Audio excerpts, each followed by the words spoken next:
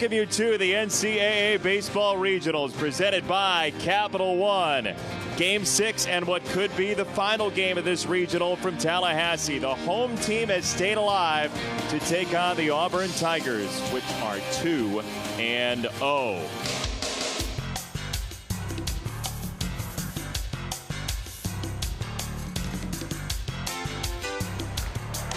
Tall right-hander, the junior Dylan Busby. 2 on, 1 out. And that ball is hammered deep left field. Oh my, a big 3-run homer. That ball was hammered to left field for the 6-2 lead, Florida State. He's 1 button away from getting out of it. 1 and 2. On the ground, through! Anthony drives home a pair of runs. Auburn leads 7-6. Walls at first. 3 and 2 to Busby from Lipscomb. Breaking ball hit hard. Deep center field. Todd is back at the wall. He can't make the play. Walls around third. Dylan Busby says we're not going home yet. 2 strikes. Coker to Flowers. 10th inning. 2 down. He hit him. Florida State wins. A 2-strike hit by pitch, and we're playing on Monday.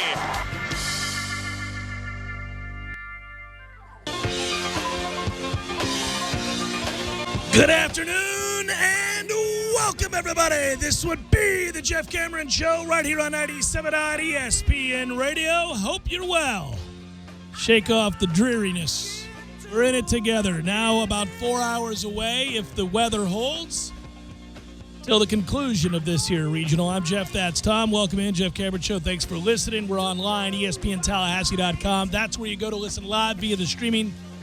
Free always. Don't miss anything. Remember, though, that if you do, all 3 hours of the program get posted every day upon the conclusion of the show. We do that for you both on iTunes and in our own audio vault. It is brought to you with limited commercial interruption thanks to our good friend Carlton Dean, carltondean.com. Go there to learn more about making money in commercial real estate. That includes off-market deals.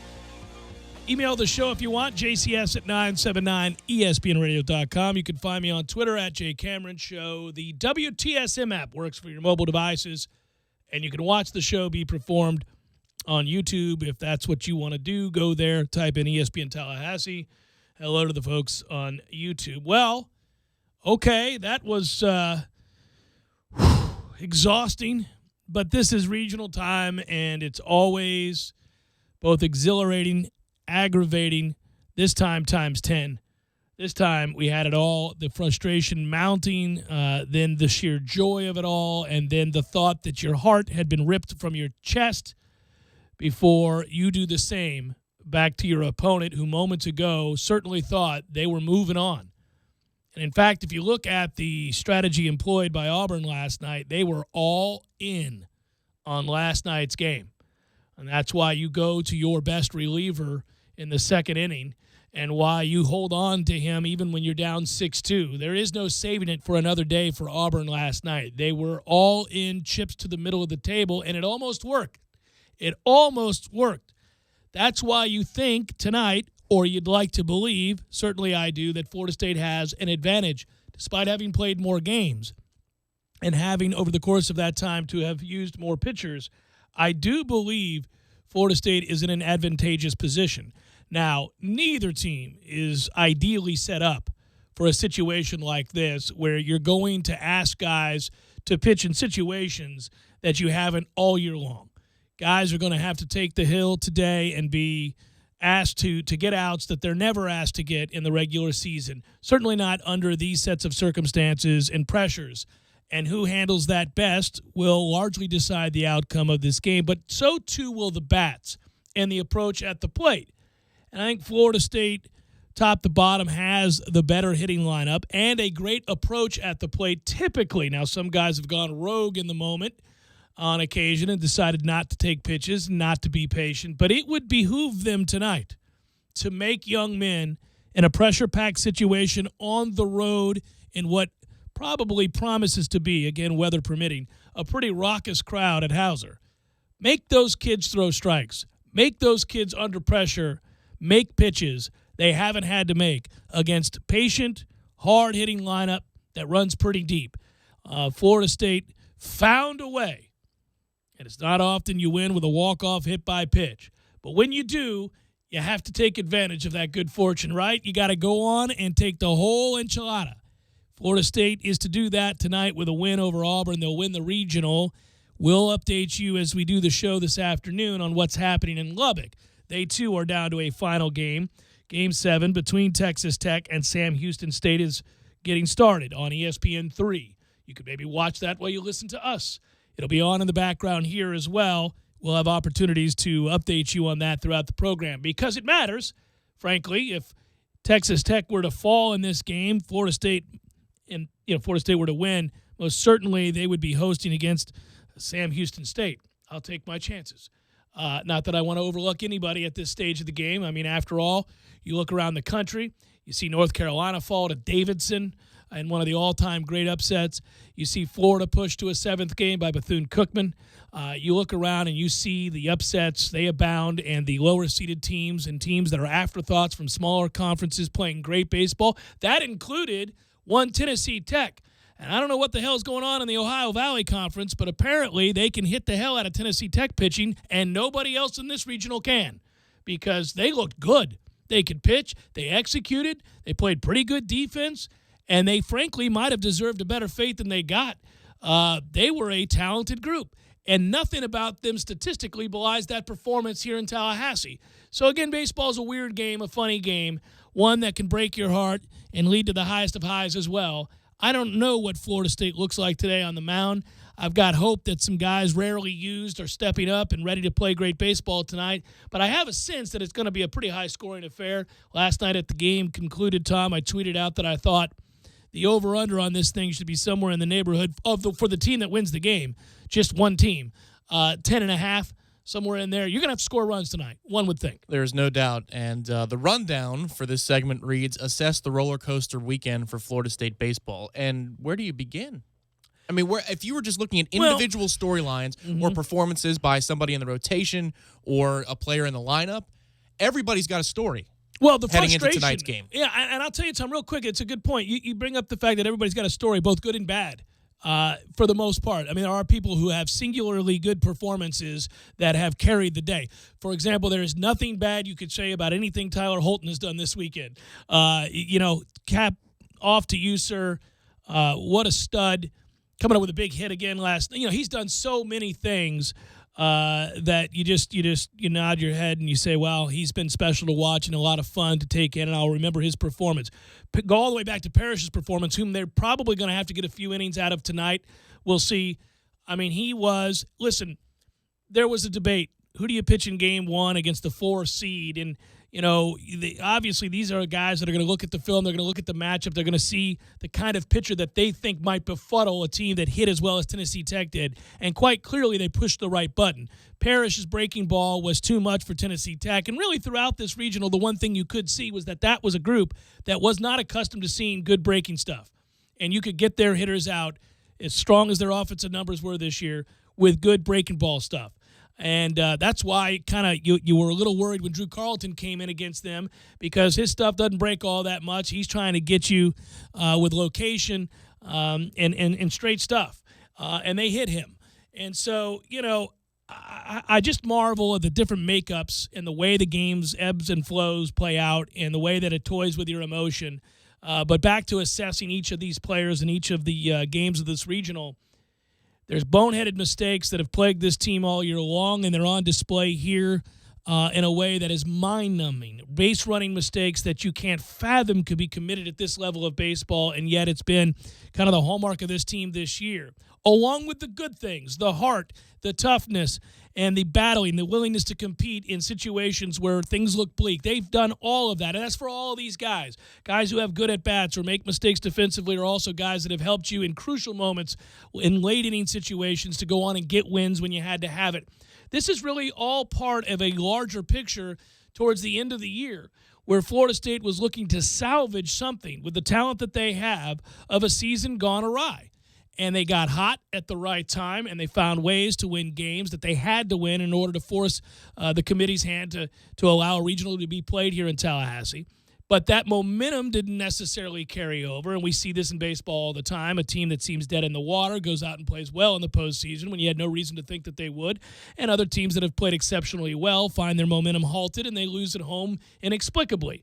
So we didn't know really what we'd get, and it kind of played out backwards at first. We thought the bats had gotten hot. We thought the bats could carry the day, and instead it's dominant pitching for Florida State, and the bats are cold. And you're scratching your head, and you're thinking, not again. All the ways that Florida State over the years has found a way to play poorly or play down to a number that wasn't their typical norm throughout the course of a season. It's happening again. Damn it, man. But then they rise up, and then they get the big hits, and they have the big moments, and they come all the way back, and they find themselves in this position that they're in tonight. It's had a little something for everybody. Moments, and if I had hair, I would have pulled it out by now, where you're screaming, and others in which you're exalting, kids within the realm of sport playing the role of hero. It is, who swings away the way that Busby swings when you're one strike from your season ending?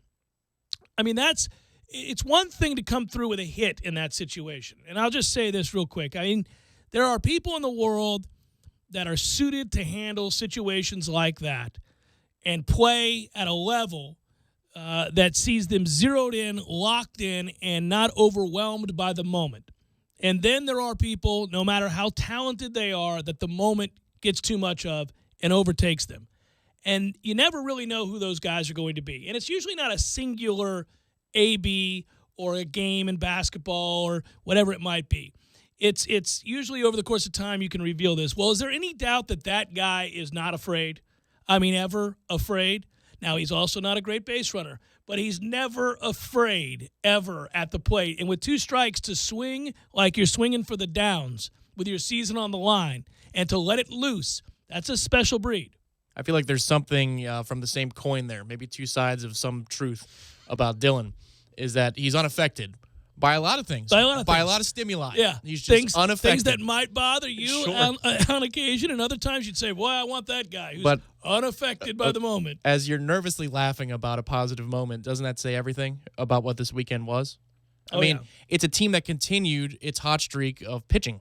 I mean, this is the thing. You know, you don't want to get ahead of yourself because baseball is crazy and anything can happen tonight at 7 o'clock. But isn't this team better suited now for a super regional than you thought it ever could possibly have been 3-4 weeks ago? Because you're getting pitching from everywhere. Yeah. All of a sudden, you're getting pitching from everywhere.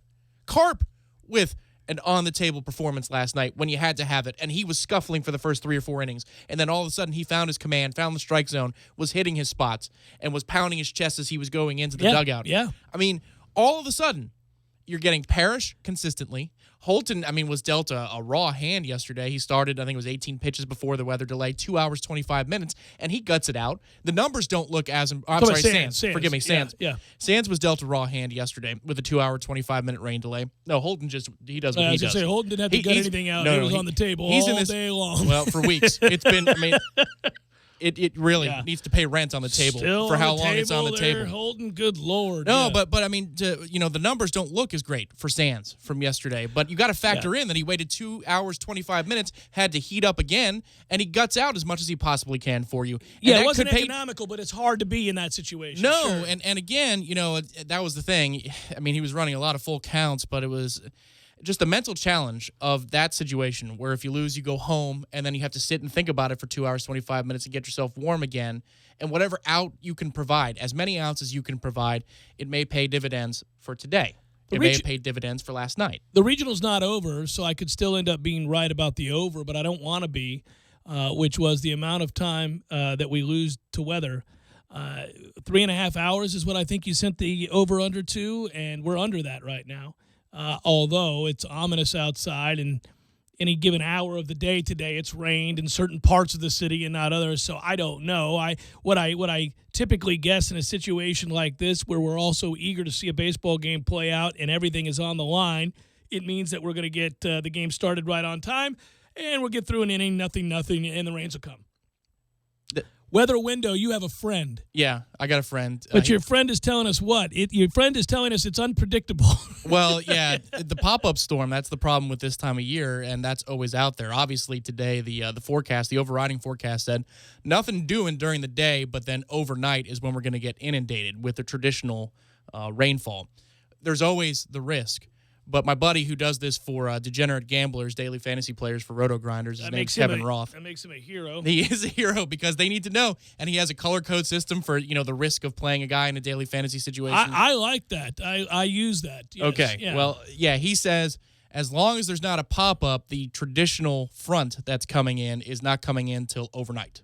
So, save for, Tallahassee regional weather where it's going to rain out of nowhere and then in 5 minutes be sunny, we should be okay. As for the regional, I asked him also about Lubbock. Are they going to be in a weather delay? And the reason I asked that is, will Florida State know its own fate? If they win, they're getting on a plane, or if they win, they're staying here and hosting a super regional, and it looks like the weather out there is fine. So one way or another, when this thing's playing out tonight, we're going to know. We're going to know if we win, we're hosting Sam Houston, or if we win, we're going to Texas Tech and playing in Lubbock, or if we lose, well, we're playing golf. Texas A&M 2, Houston nothing. Mississippi State and USM have been delayed. Texas Tech, the one that we're linked with, and Sam Houston State, no score there. That game is in progress. Virginia is up 1-0. That game is, I believe, early, obviously. Florida and Bethune-Cookman begin at 4 p.m. Obviously, today we all stand solidly with Bethune-Cookman. Vanderbilt and Clemson's also getting underway in less than an hour. Our game, of course, tonight at 7 o'clock. You look around these regionals and trying to, garner what's what. Also, Kentucky and NC State, little SEC, ACC there as well. That's at 7 o'clock. Arkansas, who saved their season at 3 o'clock in the morning last night. You thought we had it bad. Their game doesn't start tonight until 7 o'clock. And then at 11 p.m. Eastern Time, if you're getting home after Florida State's big victory, and you still have the need for watching college baseball, you can watch Long Beach State and Texas at 11 p.m. first pitch. Did you see how Florida beat USF in extras in the winners bracket game? It's a pickoff attempt to first base, and it's a wild throw. Kid is going from first to third, and then the throw in from the outfielder who's covering the play is wild, and that's what puts Florida up 2-1.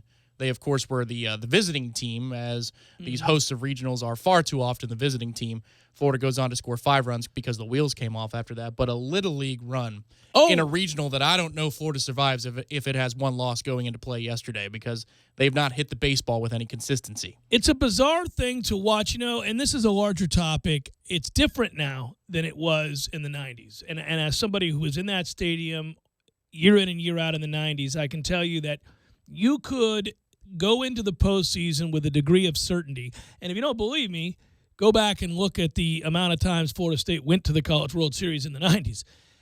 Most of the time, you knew who the elite programs were. You had a real good sense of who ought to be playing good baseball at any given point moving through the postseason. And you could reasonably assume that the usual suspects would be finding their way out to Omaha. And so you saw so many of the same names so often. You'd look up and you go, look at that. Cal State Fullerton's in the College World Series, or, even Long Beach State is a fun program. But you'd look at and you'd say Stanford, and you'd see Florida State, and you'd see LSU, and you'd see these teams, Arizona State. Year in and year out, they were always the same. Texas, Southern Cal. And that has changed radically.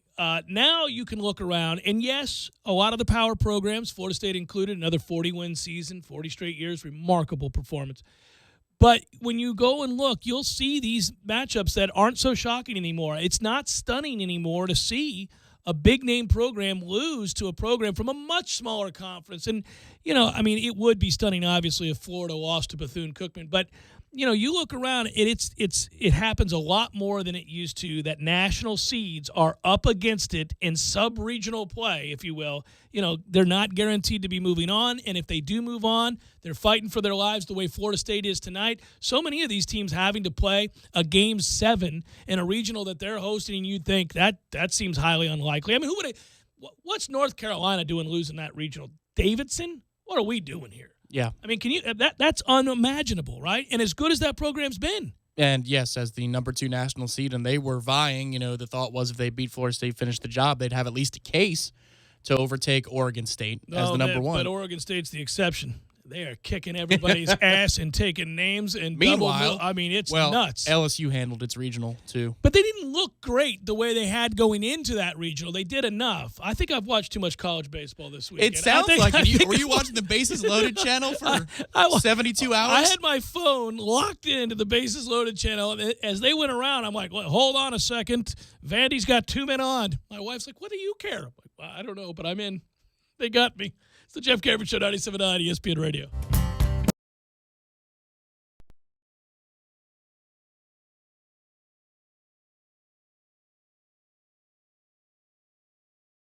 When you're in need of auto repairs, look no further than Nice Tire and Auto Service. Nice has been in business for 16 years with long-term, knowledgeable sales associates. They have the latest wheel balancing machine in the industry. And for passenger vehicles, they service AC, brakes, suspension, tune-ups, and much more. Never sit through a long wait. Nice Tire and Auto has 10 service bays to get you back on the road quickly. If you have tire problems, check out their large inventory with various Goodyear and Michelin tires. Nice Tire and Auto Service, 4792 Bluntstown Highway, 574-4100.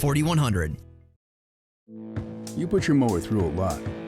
All that back and forth can add up to thousands of miles. That's like mowing cross country.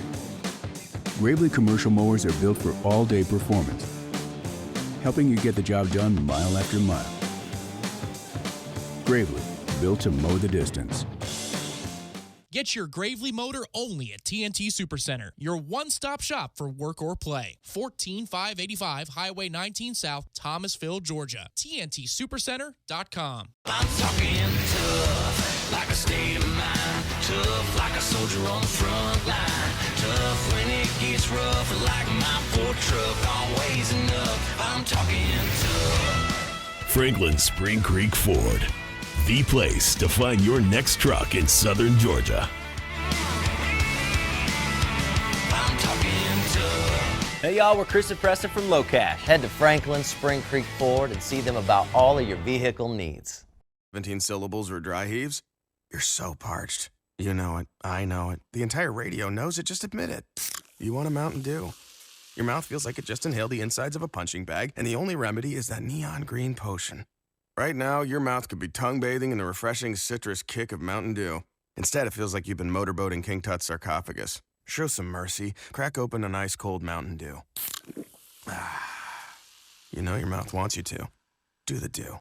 RCD Shell kicks off your work week with Dollar Monday. All Kickstart flavors are only $1, only on Monday. Dew, juice, caffeine plus 4 great flavors. Just what you need to get the week going right. RCD Shell and Mountain Dew, starting off your work week with a kick. Hi, Chris Kraft of Kraft Nissan. Can you believe it? June is already here and school is out. And you know what that means. Baseball, gymnastics, swim team, summer camps, or in other words, nonstop carpooling. So how about treating yourself to a brand new Kraft Nissan crossover or SUV? Take your pick from the crossover that started it all, the luxurious Murano, or America's best-selling crossover, the Nissan Rogue, that gets a combined 29 miles per gallon and has 0% interest for 72 months. When it comes to SUVs, Kraft Nissan has the Go Anywhere Pathfinder and the all-new full-sized Armada, both with standard 3-row seating for 8. So when you finally make time for the family vacation this summer, you'll be going in style. And while my 4 kids are grown and older now, my grandkids love the optional headrest DVD players with wireless headphones. It makes those long road trips fly by, not to mention mom and dad can enjoy a little peace and quiet. Kraft Nissan has 11 different models with 0% interest for 72 months. Folks, that is free money. And as always, Kraft Nissan includes our free lifetime warranty with every new Nissan we sell and most pre-owned vehicles. Kraft Nissan on Mahan Drive between Academy Sports and Costco.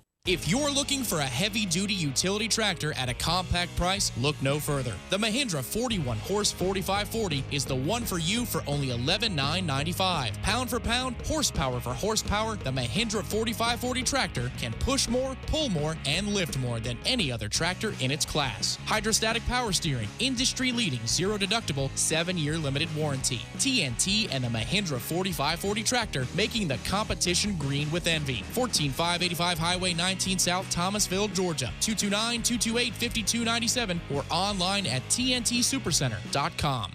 Geez, dude, you need to change your blinker fluid. That's not a thing. And your thoracic couplet is totally shot. Really? It is. Look, nothing gets by me. Just like this oil filter. Nothing gets by Purolator.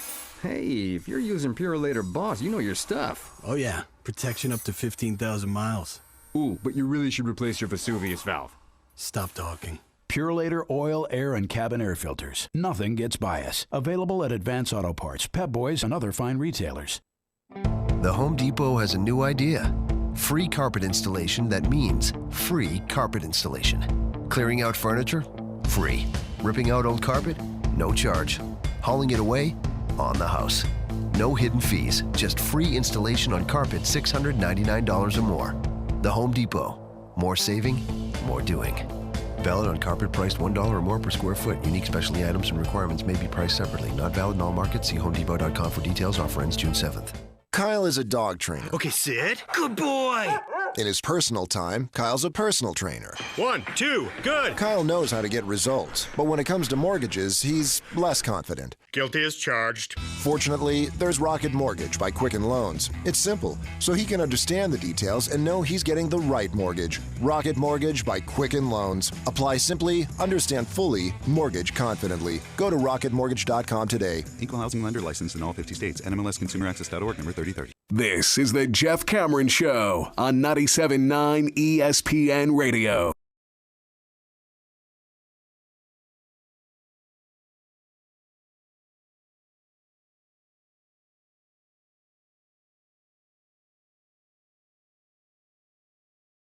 I think you'd be proud of me, buddy. I'm doing a little green tea instead of my normal coffee. Oh, green tea. You feeling some crud coming on? No, man. I've been yelling so often that I wanted to make sure that my throat was ready to go and silky smooth as always as we perform the radio program, but also be ready to yell in situations in which it's necessary. I think tonight those situations will be of the celebration variety. Frequent celebrations of yet another hit into the alley and one that's long into the night. That's the kind of celebration and voice conservation I got going on here. We'll see. The book certainly says that advantage us, yes, with Lipscomb going last night for 100 pitches or whatever it was as a closer. That's what regionals do, and that's the wild and wacky thing. Beyond baseball being wacky enough by itself, when you're stressed and having to play 4 and 5 games in a weekend, good Lord, you're relying on people in roles that you would never imagine to rely upon them for. So he gives up a bomb for the ages. That is a very long home run.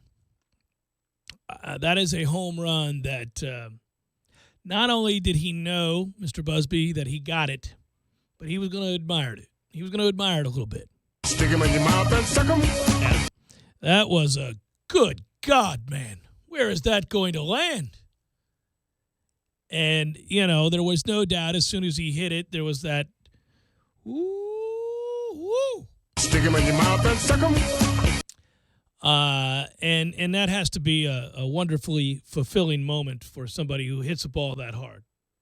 I mean, to hit a ball that hard and to see it go into the night sky to a place that you seldom see, where you go, you know, that's a real good chance. That's higher than the scoreboard.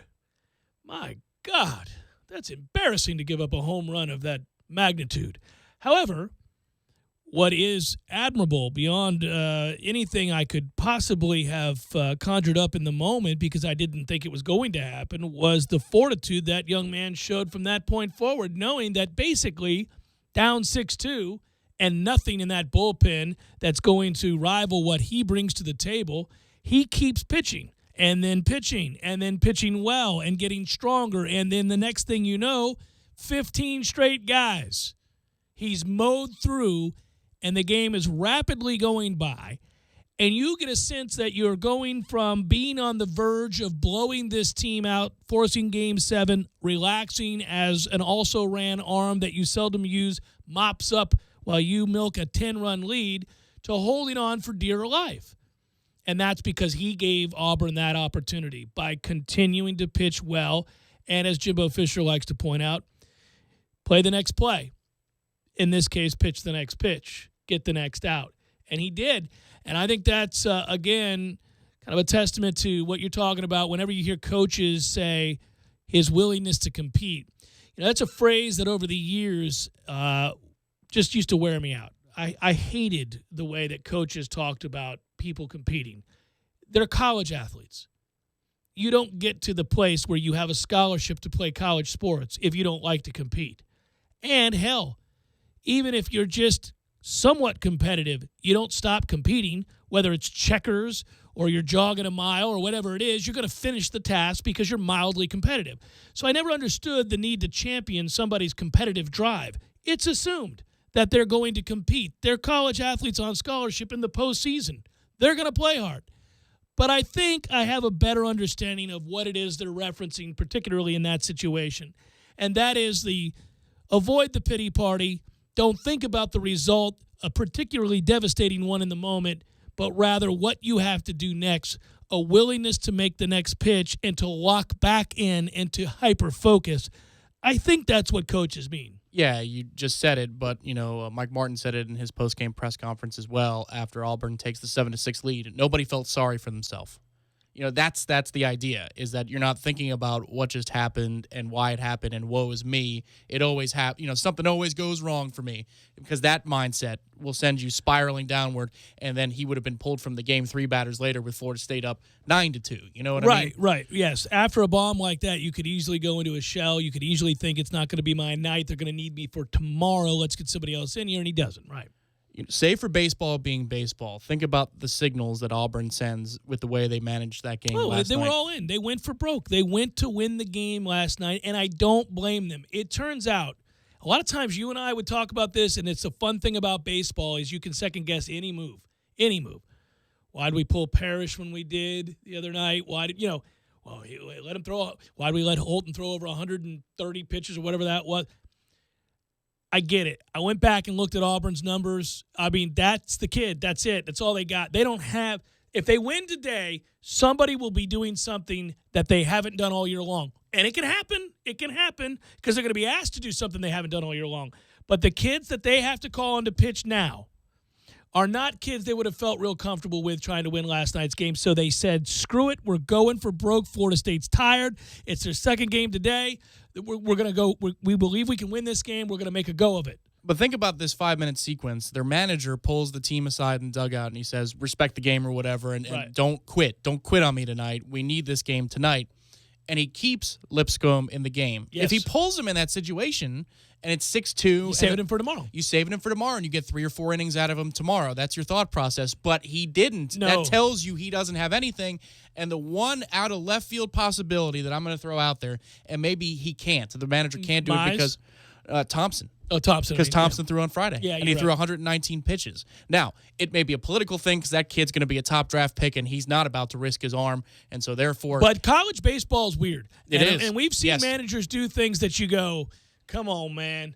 You're going to throw that kid 2 nights after he threw 140 pitches. But I've seen way worse, far more egregious acts by coaches throwing kids in back-to-back nights after 90. I mean, we've seen all kinds of craziness in college baseball. Sure. If we're going to talk about and cite how Drew Parrish was used on Wednesday against Notre Dame in the ACC tournament, then he pitches on Sunday for you, and it's not the typical amount of time in between starts. So, therefore, it's not crazy that Parrish might be available for a couple innings tonight. Well, then you have to allow for the possibility in the other dugout. Sure. That, Keegan Thompson, who is a top-flight prospect, could, in fact, be available tonight, even if it's for an inning, 5 batters, 20 pitches, whatever. You need outs, and you got to find out some way, somehow. And since he pitched on Friday, if I'm Martin and I'm that coaching staff, I'm at least looking at my scouting report for him in case they call on him in a big pinch. Well, and I think it comes down to whether or not a kid and his people feel like that's something that they would do and that they'd volunteer to do. Because believe me, if you're set to make millions of dollars and you're on the cusp of being a high draft pick, you have a say.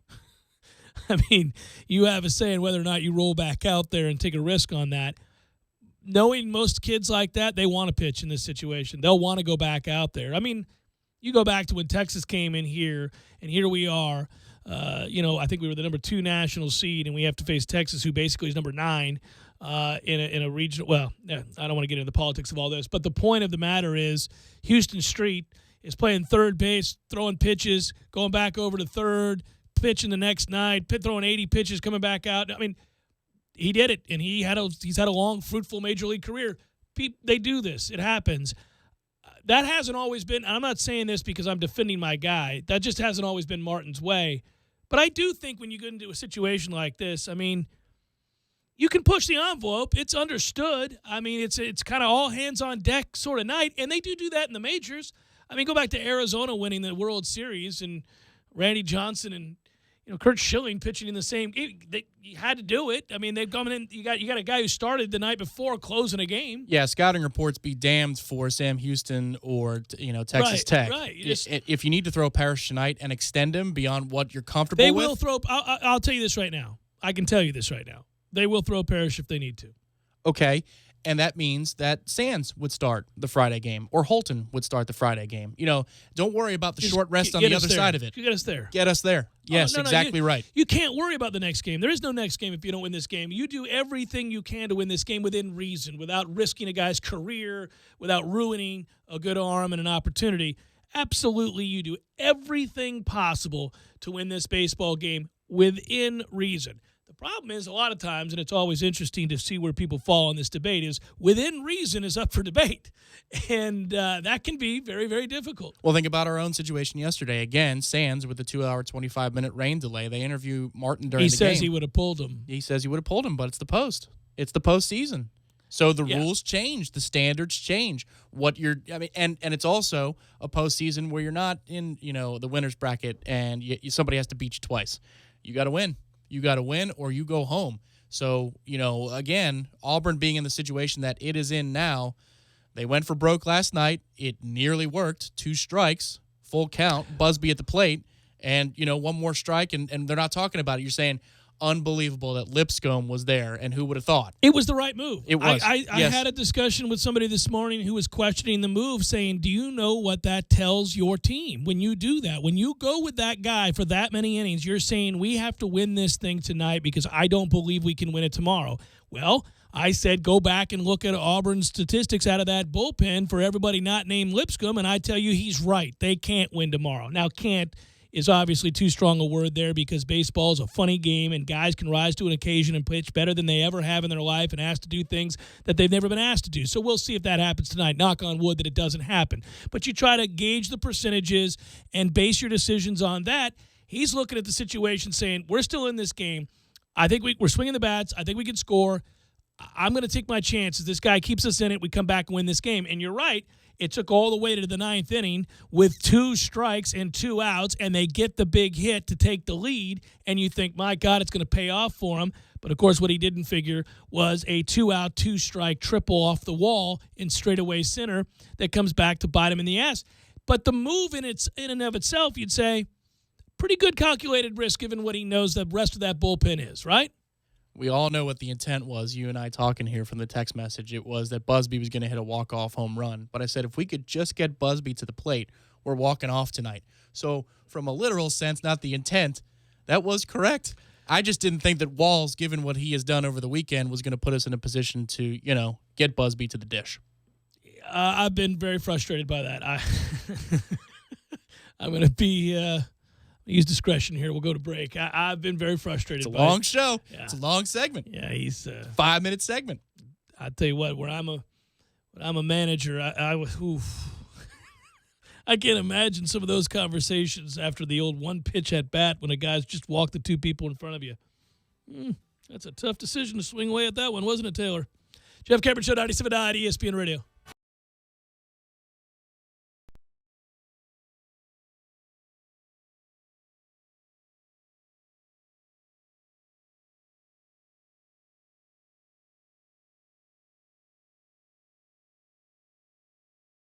When you're in need of auto repairs, look no further than Nice Tire and Auto Service. Nice has been in business for 16 years with long-term, knowledgeable sales associates. They have the latest wheel balancing machine in the industry. And for passenger vehicles, they service AC, brakes, suspension, tune-ups, and much more. Never sit through a long wait. Nice Tire and Auto has 10 service bays to get you back on the road quickly. If you have tire problems, check out their large inventory with various Goodyear and Michelin tires. Nice Tire and Auto Service, 4792 Bluntstown Highway, 574-4100. You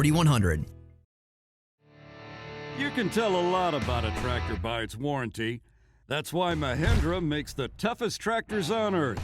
With steel, not plastic. Backed by the industry's best limited powertrain warranty, period. Not 5 years, not 6 years, but a full 7 years on select models. No wonder the other guys are green with envy. No money down, 0% interest, and no payments until July. Available at TNT Supercenter. I'm talking tough, like a state of mind. Tough, like a soldier on the front line. Tough when it gets rough, like my Ford truck. Always enough. I'm talking tough. Franklin Spring Creek Ford, the place to find your next truck in southern Georgia. I'm talking tough. Hey y'all, we're Chris and Preston from Low Cash. Head to Franklin Spring Creek Ford and see them about all of your vehicle needs. Tame one. Could he beat a boar? No. It would. That'd be a quick fight. That would be, well. Boars, I think they eat you too afterwards. Oh, they'll eat you. They eat you. Everything. That's the best thing about a boar. That's why you can never trust people that have pigs, man. Gordo's, bringing the flavor and flair of Cuban food to Tallahassee since 1996. The Home Depot has a new idea. Free carpet installation that means free carpet installation. Clearing out furniture? Free. Ripping out old carpet? No charge. Hauling it away? On the house. No hidden fees, just free installation on carpet $699 or more. The Home Depot. More saving, more doing. Valid on carpet priced $1 or more per square foot. Unique specialty items and requirements may be priced separately. Not valid in all markets. See HomeDepot.com for details. Offer ends June 7th. Kyle is a dog trainer. Okay, Sid. Good boy. In his personal time, Kyle's a personal trainer. 1, 2, good. Kyle knows how to get results, but when it comes to mortgages, he's less confident. Guilty as charged. Fortunately, there's Rocket Mortgage by Quicken Loans. It's simple, so he can understand the details and know he's getting the right mortgage. Rocket Mortgage by Quicken Loans. Apply simply, understand fully, mortgage confidently. Go to rocketmortgage.com today. Equal housing lender licensed in all 50 states. NMLSconsumeraccess.org, number 3030. Due to an upturn in the economy, Main Street Business Loans has pre-approved the release of millions of dollars in small business funding. Your business may already be pre-approved to receive up to $250,000. We've sent out millions of pre-approval letters. We see the economy growing, and our underwriters believe now is the time to invest in your business so you can grow faster and make more money. And we're prepared to give you up to $250,000 to do it. Your funds can be available in 5 days. There are no application fees, no annual fees, just quick access to up to $250,000. If your business did not receive your approval letter to get up to $250,000, call Main Street Business Loans Approval Desk now. 800-509-2163, 800-509-2163, 800-509-2163, 800-509-2163. Hey, Wally Woodham here. In 1974, I set the national high school passing record at Leon High with 3,560 yards. Jimmy Jordan here. Wally, I broke your passing record at Leon the very next year. Well, Jimmy, in our 3 years together at FSU, I threw for 22 touchdown passes. Wally, that's pretty good, but I had 39. Well, Jimmy, look at the deal I got at AAA Transmission. That's a pretty good deal, Wally. At least your car's a winner. Don't put off your auto repairs. Stop in at AAA Transmission and ask for owner Tim Pridgeon, servicing Tallahassee for over 30 years. AAA Transmission, 1023 North Monroe Street, or call them at 222-2532. If you're struggling to pay or haven't been making your student loan payments, listen carefully to this urgent alert. Have you been out of school for 10 or more years and you're still making your student loan payments? Are your student loans past due or even in default? Can't go back to school because of an old student loan problem? We can help you if you qualify. Your student loans can be taken out of default. We can stop the wage garnishments, stop the collection calls, and stop the seizure of your tax refund. Give yourself a break. Stop the stress and see if we can help you reduce your student loan payments. One quick 10-minute call could solve them right now. So call the Student Loan Helpline now. 800-419-2201, 800-419-2201, 800-419-2201. That's 800-419-2201. This is a fee-based document preparation service to help you access free government programs. Call for complete details. Not available in all states. Live from the Dale Earnhardt Jr. Buick GMC Cadillac Studios in the capital city of Tallahassee, this is the Jeff Cameron Show on 97.9 ESPN Radio. Man Cave Monday, brought to you by Experamac of Tallahassee. Experamac, Tallahassee's trusted tech source for Apple. Stopping at 346 South Magnolia Drive or call at 765-2012 today.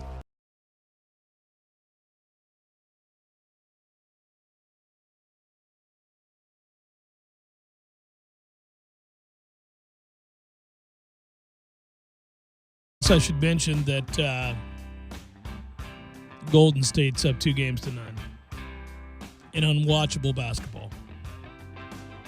Damn it, man. They're going to make me hate Kevin Durant. Hey, Jeff, at Jay Cameron Show. Any ideas on the brain cramp Busby suffered at third base running? Devil's lettuce? Wacky weed? No, just that he's run the bases poorly all year, as has the entirety of the team. And I will tell you, J Beam, that because he's the one who tweeted at me, that as I tweeted last night, that if you tuned into the program today, I would note all of the instances in which I wanted to punch my own testicles during the course of this game and this regional. That's one of them. How about the... Almost doubled down. Almost turned it into a speed bag. The frustration was that immense. Sugar Ray Cameron over here. How about the Busby incident on Friday when you have first and second, Tennessee Tech's Gotta pitcher go ahead and get picked off, are we? on the ropes. It's a 3-0 count to Quincy. Yeah. 3-0. That'll hurt your feelings a little bit. And he singles, does Quincy. Yes, he does. He's thrown out rounding first after a single this weekend. So compounded base running mistakes there, right there close together. Now, these aren't surprises. But it's still it tells you a little bit Hurts about your feelings a little bit though. About the nature of the problem. Every time it happens, I kind of I'm gonna cringe inside a little bit here. There have been years in the past 5-6 seasons here at Florida State where we knew that we were going to be guilty of 3 to 5 false starts in a football game, but yet when it happens, there was a certain player, that was closely associated with this phenomena, and it is carried over to this day. That is his legacy. Matt Millar would call him Zerby. Every time there's a false start these days, I yell out, as does half of the Florida State faithful and contingent, "Good God, is Zebry Sanders still around? What are we doing here?" Millar would go, hey, it's Zerby. Yeah. Look at that. Zerby did it again. Oh. So, Ziersau, hasn't pitched since May the 9th. I might take issue with the fact you haven't pitched a kid that you're going to need to pitch tonight since May the 9th, but that's just an aside. I do believe Parrish will see time despite pitching 7 1/3 against Tennessee Tech. He threw less than 100 pitches in that outing, so I would imagine he'll be out there. He did strike out 12. God, he was good. I guess so he'll have a chance to throw. From there, you go back and guys that won't pitch, obviously you're not going to pitch Holton. And obviously you can't pitch Sands. Haney, Kwiatkowski. I was just going to say Kwiatkowski's a guy you can pitch. Carlton has thrown what? He pitched twice yesterday. Yeah, but he can pitch again today. Supposed rubber arm. Alec Bird, you can get some pitches out of for sure. Yeah, big time. You mentioned Haney. You can get some pitches out of him. I don't know. I suppose you can throw Voiles. It may not be ideal, but he'll maybe have to give you an inning. Can you get an inning? I mean, it's patchwork to say the least. Again, Kwiatkowski's a kid that is very well rested, hasn't pitched since May 14th. So I would guess those two guys in particular, going back to what we were talking about, Ziersau, Kwiatkowski, Haney, Parrish, and then Johnny Holstaff for an out or two. I mean, literally, it's all hands on deck outside of, like I said, Holton or Sands. Yeah, there's a situation in the Lubbock Regional going on right now. 1-0. Texas Tech is trailing to Sam Houston State in the third inning, and obviously that's of interest to all of us because if Florida State does win tonight, and if Sam Houston State was to go on and upset Texas Tech in the Lubbock Regional in the game that they're playing currently in the third inning, we would be hosting a super regional. Texas Tech currently has runners on the corners with one out. This inning started with a leadoff single, to which the Texas Tech manager, or the Sam Houston State manager, pulled his pitcher, and now it's runners on the corners with one out, and Sam Houston State is going to the bullpen again. So, yes. You don't have any time. I mean, you don't have time. 3 batters, 2 of them reach. Time to get your ass up out of here. And this will be, yes, the 3rd pitcher of the inning for Sam Houston State. Well, we've joked about it before. I used to laugh at Florida State fans who want somebody up in the bullpen incessantly because of this fear that the starter is making mistakes not to their liking too soon in a baseball game, and how you can't send the message that you have zero faith in the guy you roll out there as to have somebody starting in the bullpen before they throw a pitch in the first inning. But to hear the fans in the stands, it'll crack you up. Leadoff single. Get somebody up, Martin. But I will say, in this particular set of circumstances, yeah. I mean, tonight, I would have a guy secretly kind of, now don't let him see you, but you be ready. Go throw by the concession stand I'll give behind the bat signal over here. You need to be up. If he starts off 2-0, get somebody. That's literally happening in Lubbock. I'm laughing my ass off because it's a comebacker, goes off the pitcher's glove. So there's nothing you can do in that circumstance. And Sam Houston State's manager said, I've seen enough. I've had enough. I've seen enough. That ball was hit pretty hard. And then another guy gets on. You get a fielder's choice at second base. That's the end of you. First and third, one out. Is that what you say? I say new pitcher. Well, it's funny, too, because I could. Yo, tough love Cameron, I'm telling you now, it'd be ball 1, ball 2, mound visit. We got it. Let's get it together, son. Ain't going to be too many more ball 3s or ball 4s out here. It's about the end of that. If you throw a third ball, you're done. This has underhanded.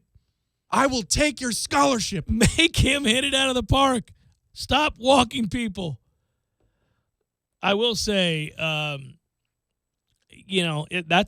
the hardest thing I think a manager in a winner-take-all situation has to do, because you have your instincts to manage the game reasonably, and that is to suggest that, hey, you don't pull a guy in the first inning if he gives up a single and a walk. I mean, it's a long game.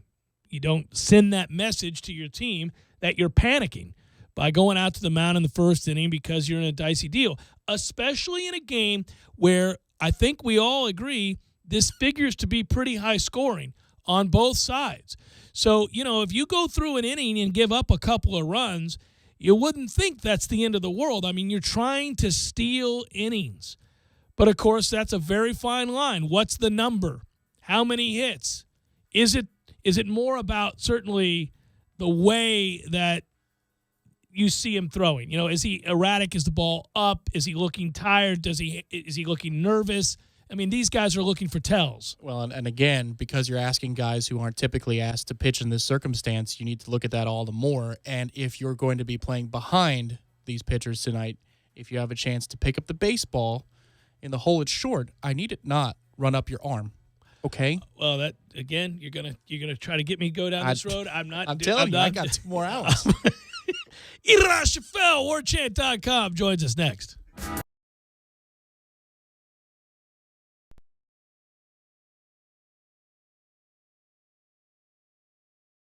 When you're in need of auto repairs, look no further than Nice Tire and Auto Service. Nice has been in business for 16 years with long-term, knowledgeable sales associates. They have the latest wheel balancing machine in the industry. And for passenger vehicles, they service AC, brakes, suspension, tune-ups, and much more. Never sit through a long wait. Nice Tire and Auto has 10 service bays to get you back on the road quickly. If you have tire problems, check out their large inventory with various Goodyear and Michelin tires. Nice Tire and Auto Service, 4792 Bluntstown Highway, 574-4100. You put your mower through a lot. All that back and forth can add up to thousands of miles. That's like mowing cross country. Gravely commercial mowers are built for all-day performance, helping you get the job done mile after mile. Gravely, built to mow the distance. Get your Gravely motor only at TNT Supercenter, your one-stop shop for work or play. 14585 Highway 19 South, Thomasville, Georgia. TNTSupercenter.com. I'm talking tough, like a state of mind. Tough, like a soldier on the front line. Tough when it gets rough, like my Ford truck, always enough. I'm talking tough. Franklin Spring Creek Ford, the place to find your next truck in southern Georgia. I'm talking tough. Hey y'all, we're Chris and Preston from Low Cash. Head to Franklin Spring Creek Ford and see them about all of your vehicle needs.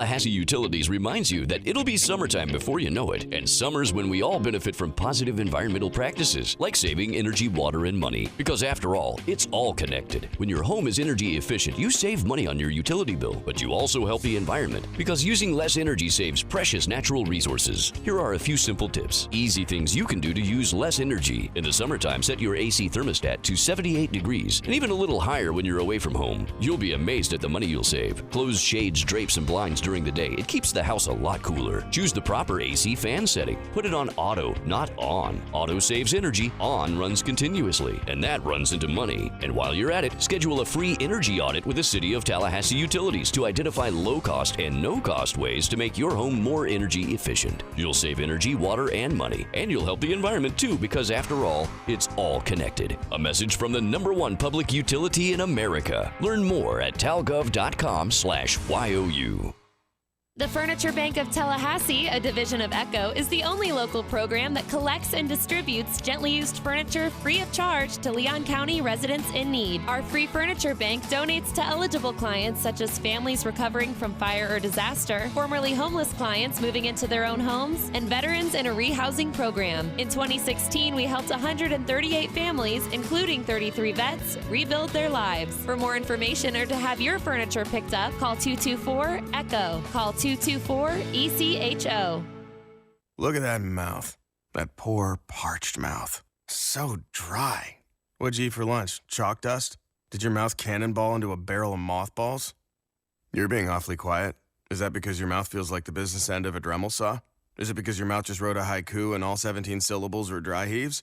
You're so parched. You know it. I know it. The entire radio knows it. Just admit it. You want a Mountain Dew. Your mouth feels like it just inhaled the insides of a punching bag, and the only remedy is that neon green potion. Right now, your mouth could be tongue bathing in the refreshing citrus kick of Mountain Dew. Instead, it feels like you've been motorboating King Tut's sarcophagus. Show some mercy. Crack open an ice-cold Mountain Dew. You know your mouth wants you to. Do the Dew. RCD Shell kicks off your work week with Dollar Monday. All Kickstart flavors are only $1, only on Monday. Dew, juice, caffeine plus 4 great flavors. Just what you need to get the week going right. RCD Shell and Mountain Dew, starting off your work week with a kick. It's his special day, and sales are in the air because we wanted to show a little love to all the dads out there. It's the Goodies Father's Day sale. Hurry in for big savings on the brands he loves. Get 25% off all Nike shoes and great deals on Adidas and Puma activewear like screen tees for just $9.99. It's 50% off Chaps, Izod, and our big and tall, too. And remember, we have fresh deals every day with even more new looks arriving monthly. Goodies. What will new bring out in you? Goodies is part of our Stage family. Offer exclusions apply. O'Reilly. When your AC stops blowing cold air, find relief during Murray AC Month at O'Reilly Auto Parts. While you may need to eventually have your AC professionally serviced, O'Reilly Auto Parts has special offers on the items you need to bring the cool back now. Everything from AC compressors to refrigerant. Don't miss Murray AC Month at O'Reilly Auto Parts. Better parts, better prices every day. O'Reilly Auto Parts. Broadcasting live from the Dale Earnhardt Jr. Buick GMC Cadillac Studios. This is 97.9 ESPN Radio, WTSM, Woodville, Thomasville, Tallahassee. Tallahassee Sports Center.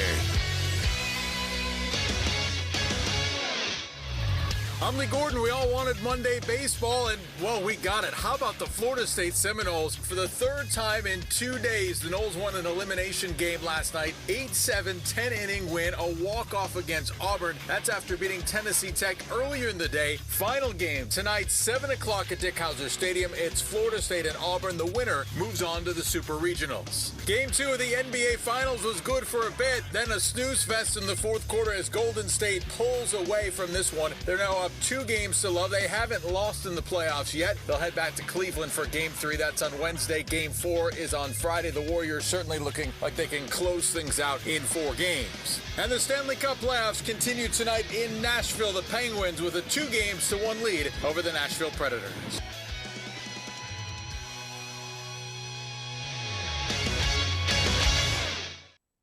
Live from the Dale Earnhardt Jr. Buick GMC Cadillac Studios in the capital city of Tallahassee, this is the Jeff Cameron Show on 97.9 ESPN Radio.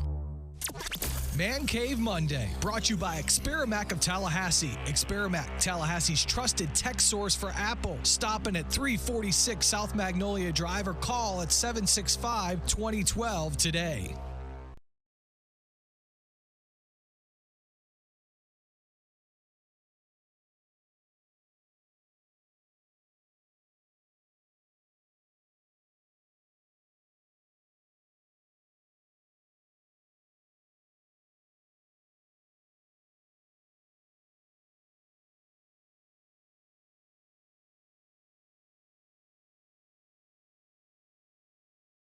Hour number 2, Jeff Cameron Show, 97.9 ESPN Radio. Oh, man.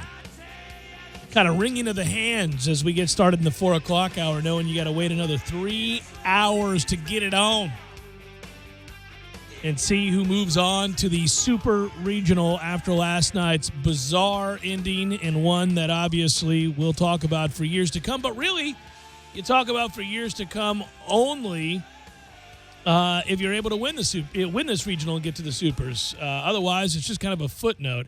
I'm Jeff. That's Tom. We're online, ESPNTallahassee.com. That's where you go to listen live via the streaming free. Always, don't miss anything. If you do, we got you covered. All 3 hours posted every day upon the conclusion of the show, both on iTunes and in our own audio vault.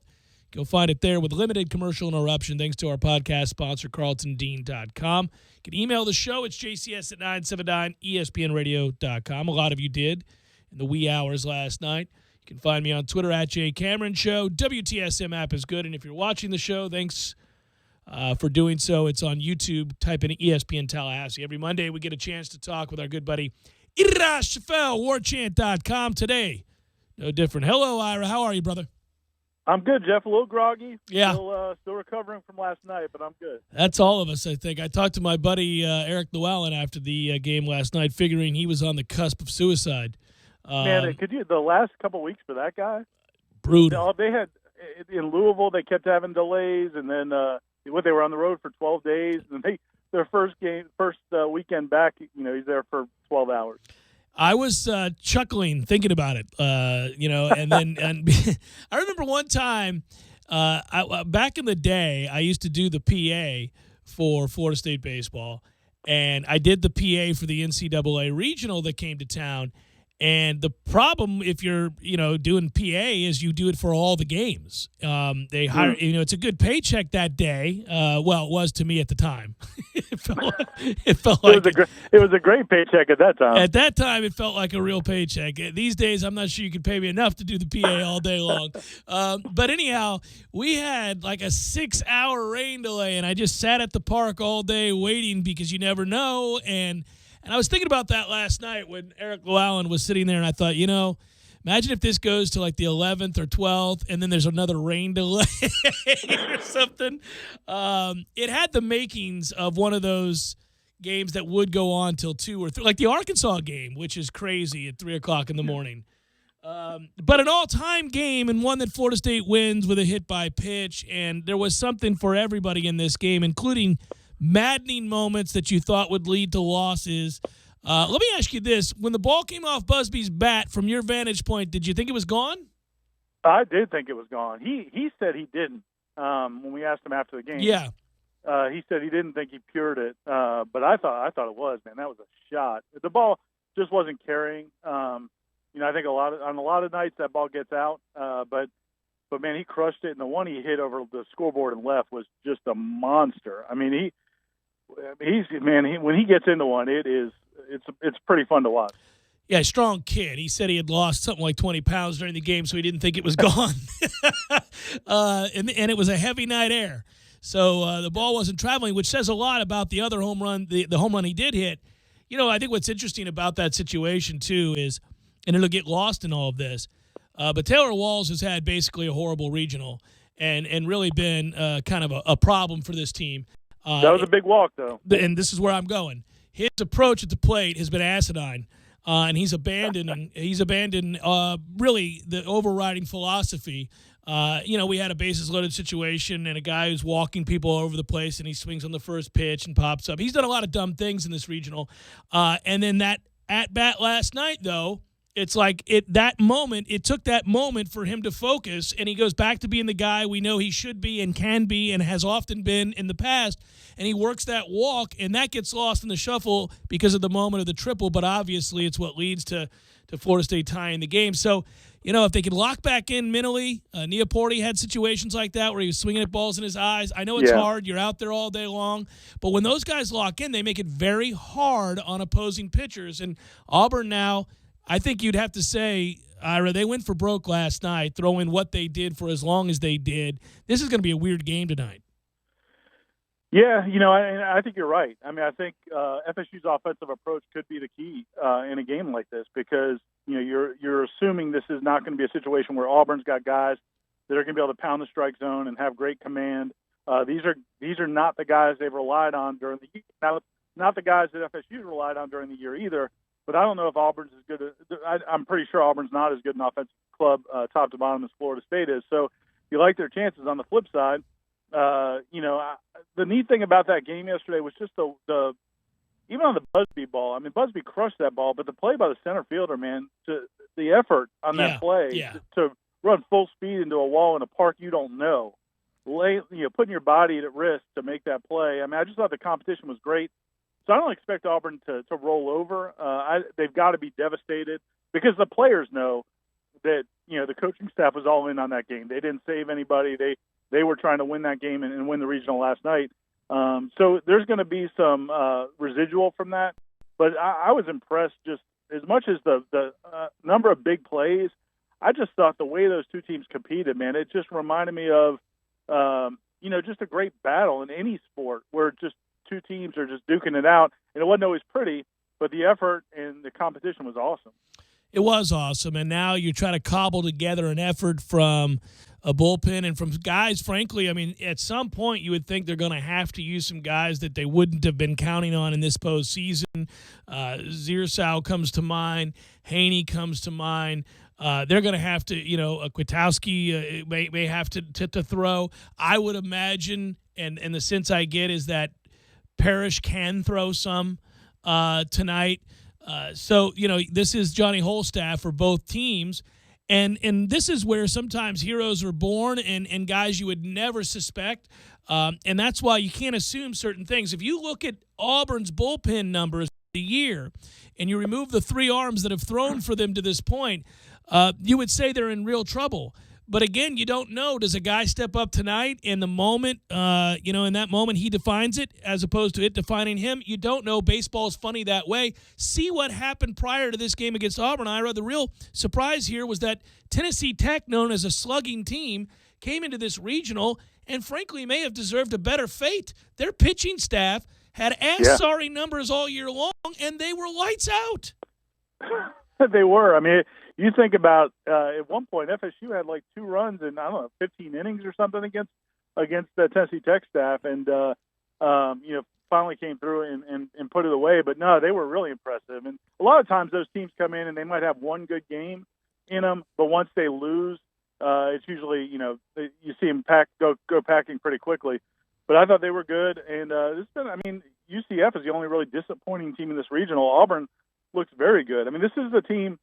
If FSU wins this regional and beats Auburn back-to-back, I think it's impressive because this is the Auburn team that played for 2/3 of the season. They went in the tank late in the year mostly because they had some injuries, and they got those guys back now, and FSU didn't see their frontline pitchers, but it's still an impressive performance if they were to beat them back-to-back to get in the Supers. Well, and to have to come all the way back and do what they did and get a win over UCF and get a win over Tennessee Tech, and then to come back and beat Auburn twice, if it happens, is rather remarkable. And the moments that have occurred where you have your heart ripped from your chest and then turn around and do that to somebody else. I mean, you're down to the last strike, and what would have been identified as really an uneven season, kind of a disappointing campaign despite the ACC championship had it just ended last night. But instead, they keep hope alive and they get an opportunity to win this regional. And, of course, we're going to continue to watch what's happening in Lubbock today. And maybe they even have an opportunity, knock on wood, to host. But either way, I mean, you feel like I don't know if you do. Maybe I shouldn't put words in your mouth. You feel like, though, I feel like if they can get to the super regional, it's been a good season. You'll root for them to get to the College World Series and all of that, but they will have kind of overcome the regular season, which was pretty middling, if they can get tonight's win. I agree with you. I mean, obviously getting to the Supers the last 2 years was disappointing because of who they lost to. I think if you get to the Super Regionals, most of the time that's a good season, and I think it would have been. It's just frustrating if you get there and you have to play your rival and then you're not really competitive. Whereas I think this is a different situation. They could end up hosting, but even if they go to Lubbock, whatever happens, especially after the season they had. But no, I agree. I think, this is a big game because if you lost last night, I think it just casts that pall, brings that shadow back over the entire season. Even if you lose tonight, I think there'll be some, good effort, but still it was a disappointing season. The other thing I'd say about that game last night that was so surprising to me was it kind of had all the markings of a loss that we've talked about so many times before where, the flaws you have during the regular season sometimes can come and go or be covered up, how they get exposed in the postseason. Well, those flaws showed up yesterday. The base running mistakes, the costly errors and inopportune moments, the bullpen struggles. There were a bunch of things that reared their heads in an elimination game, but they still found a way to win that game. That doesn't usually happen. Usually when those things come back up, they spell your demise. Again, I like FSU's chances, and if they get to a Super, I like their chances. This is a team that I think can still do some damage, but this is, it's a tough spot for both teams because obviously they're all really depleted. You're just crossing your fingers, hoping like hell it can happen. Because I agree with you. If they win this game, I like their chances in the Supers and their chances to get out to Omaha. And yet, it's funny you bring up the point, and it's a great point because here's the deal: they do so many things to hurt themselves. It's maddening. It is hard to watch at times. It's a good thing they won this game because otherwise we'd be talking about that little league-esque blunder on the Bates pass that you marvel, and they've done it all regional. I mean, whether it's a guy getting picked off or a guy, you had Neoporti run us out of an inning after a single. This is what they've done all year long, and I've been highly critical of it. It's bizarre, and it's not a one-year thing. They've been doing this for the last few years where they can't run the bases like grown-ups. It's bizarre to watch, and it's somewhat inexplicable. Thankfully, they overcame it, and so it's an afterthought right now. You hold your breath, it doesn't rear its ugly head again tonight, but because they're talented enough, and that's all the more reason that it's a maddening situation, because if they don't do things like that and they stay out of their own way, they can win a lot more games. Well, and I think you're right. I think the way you started this conversation talking about FSU's offensive approach and Auburn's bullpen situation, I think Florida State has the edge here. But of the two teams, the team that's more likely to beat themselves is Florida State. I think Florida State's in a better position right now because of the emotions of last night. I think Auburn's probably deflated. Their bullpen's in a shambles. FSU doesn't have much either, but I think FSU's offense is better equipped to take advantage of that, especially if Auburn has control problems. But if it's a close game and one team's going to beat itself, you probably put your money on Florida State, and that's what they got to watch out for. Because Auburn, for the most part, they had a couple errors last night, but for the most part, they've played a pretty clean regional. Brother, I always appreciate it. Talk to you later. Thanks, Jeff. See you, man. Take care. That's Ira Schoffel, warchant.com. Yeah, it's you scratch your head. I don't know. It's funny. Maybe because I have voiced my concerns about it all year long, and I had the interview with Mike Barton Jr., in which we discussed it as well. But when Florida State makes these head-scratching maneuvers, blunders on the base paths in particular, or does anything dumb at all, I become the sounding board for FSU Twitter's baseball feed. There it is again. You know, it happens. I expect it to come, just an onslaught. And, you know, what are you going to do? I mean, it's not going to get fixed right now. You just hope that, you know, they keep their wits about them. Some of it is exhaustion. I'm not making excuses. I think sometimes you see some things in a day like yesterday when you're at the ballpark all day where you realize, oh, wow, he lost his concentration for a moment. And it could be an at-bat. It could be something that you do that's just really sort of, you know, a lack of focus is obvious. Yeah, you talk about warm-ups all the way through the final moments of last night's game. They're at the park for 13, 14 hours straight. Yeah. You know, but it reminded me, and we had probably, what do you think it was, 75 correspondences yesterday of some variety, phone calls, texts, all that stuff. And there were times when I was 6-7 consecutive texts, and there were times when you were 4 or 5 consecutive texts because we were at wit's end or we were feeling good about something, had a hunch. But it reminded me, I said one of those times, it reminded me of the end of FSU Pitt basketball last year in January. Yeah. When Hamilton's standing next to Bacon on the inbound play.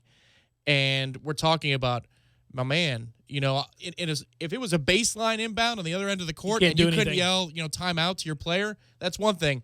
But you're standing next to him, so you could just, you know, tell him, hey, man, timeout. Call timeout. So when Busby's on third and, you know, we're caught up in a rundown between second and third base and he is off the bag, if I'm Meat standing right behind Busby, and maybe he did, given the way he turned around in disgust, I get right up behind Busby. I have plenty of time. I mean, I got 15, 20 seconds here with this rundown, and I go, put your foot on the third bag. base Yes. and don't move. Yeah. Stay right there. Never move. Well, and it's weird, too, because these are things that you ordinarily take for granted that somebody has a baseball awareness about them at this stage of the game. Like, you don't get this far in your baseball playing career to get a scholarship and be as good a player as some of these kids are on Florida State's team without understanding about looking at the runner in front of you and what he's doing on a ball hit that hard to left field. You have to know that ball's hit hard enough, he may not score. You kind of have to look up and see what the hell you're doing. It's in front of you. It's right in front of you. It's right in front of you. Yes. It's the easiest play to make as a base runner. Yeah, if it's into the corner and right field and it kicks out wildly out of the corner and you know. It's just directly in front of you. It's in front of you. And I understand that you have to assume that someone has baseball IQ.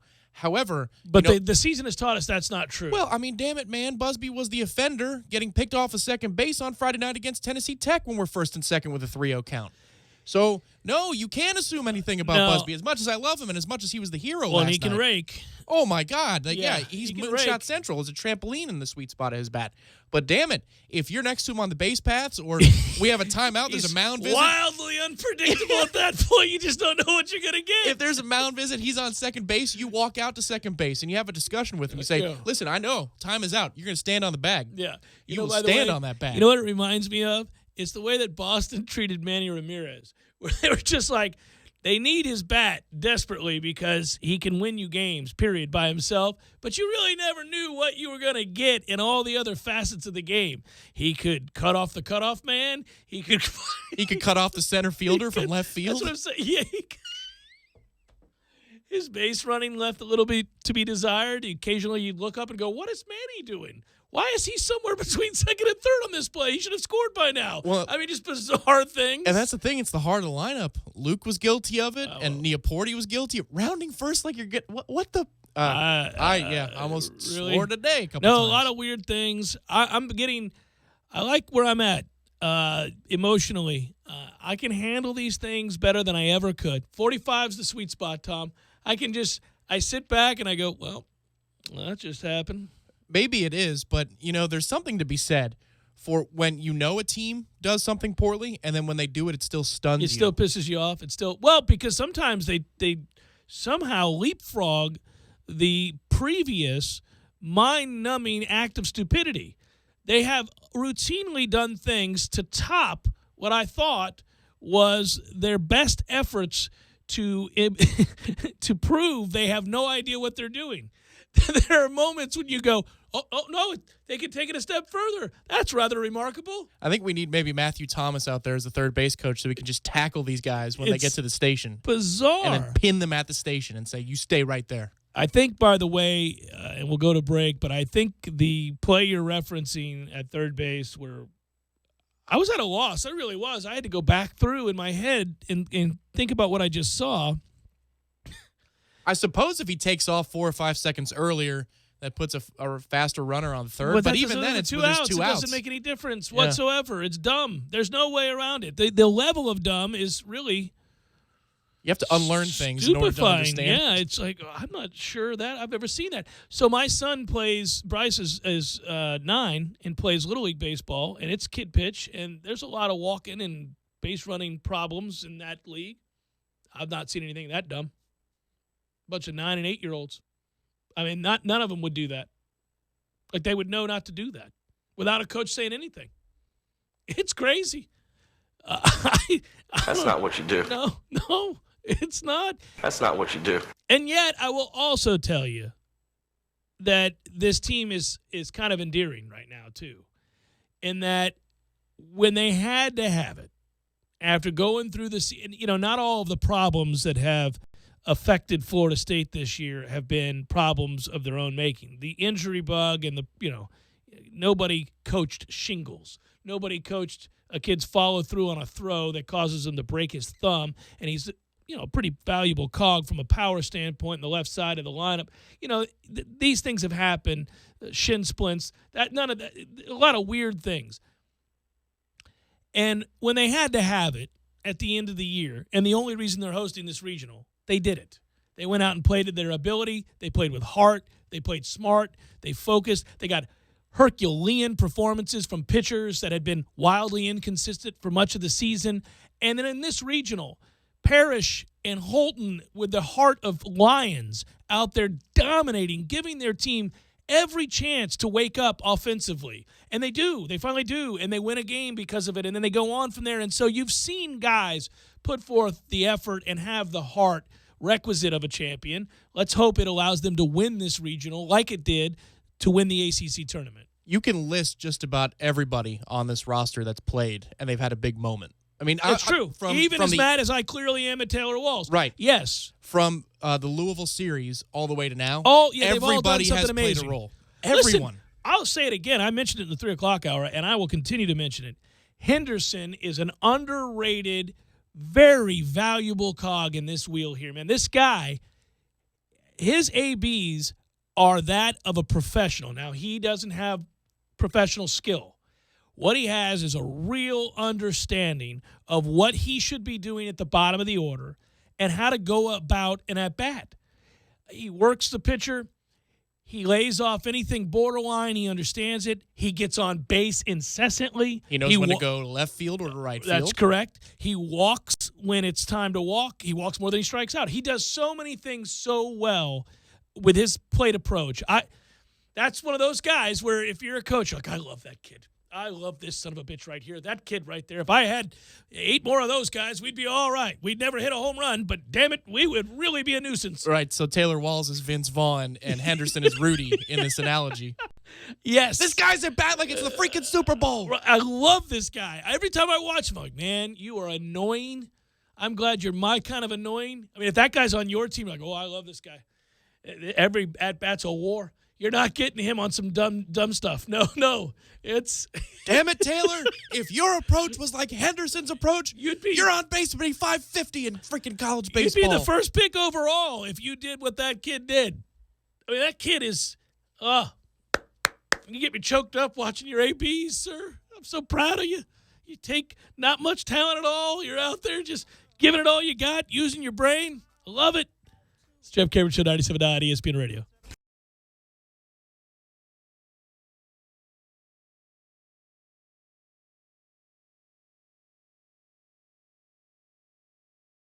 When you're in need of auto repairs, look no further than Nice Tire and Auto Service. Nice has been in business for 16 years with long-term, knowledgeable sales associates. They have the latest wheel balancing machine in the industry. And for passenger vehicles, they service AC, brakes, suspension, tune-ups, and much more. Never sit through a long wait. Nice Tire and Auto has 10 service bays to get you back on the road quickly. If you have tire problems, check out their large inventory with various Goodyear and Michelin tires. Nice Tire and Auto Service, 4792 Bluntstown Highway, 574-4100. You can tell a lot about a tractor by its warranty. That's why Mahindra makes the toughest tractors on earth. With steel, not plastic. Backed by the industry's best limited powertrain warranty, period. Not 5 years, not 6 years, but a full 7 years on select models. No wonder the other guys are green with envy.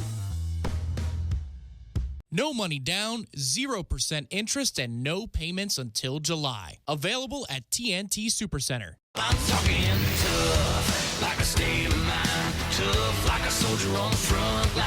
Tough when it gets rough, like my Ford truck. Always enough. I'm talking tough. Franklin Spring Creek Ford, the place to find your next truck in southern Georgia. I'm talking tough. Hey y'all, we're Chris and Preston from Low Cash. Head to Franklin Spring Creek Ford and see them about all of your vehicle needs. Mountain Dew Kickstart now. Mountain Dew Kickstart operation successful. You are now off the couch and out exploring the world. Roger that. Get charged up for what's coming next anytime, anywhere with Mountain Dew Kickstart. Available in 10 energizing flavors like mango lime, raspberry citrus, midnight grape, and orange citrus. Mountain Dew Kickstart. Fuel with flavor.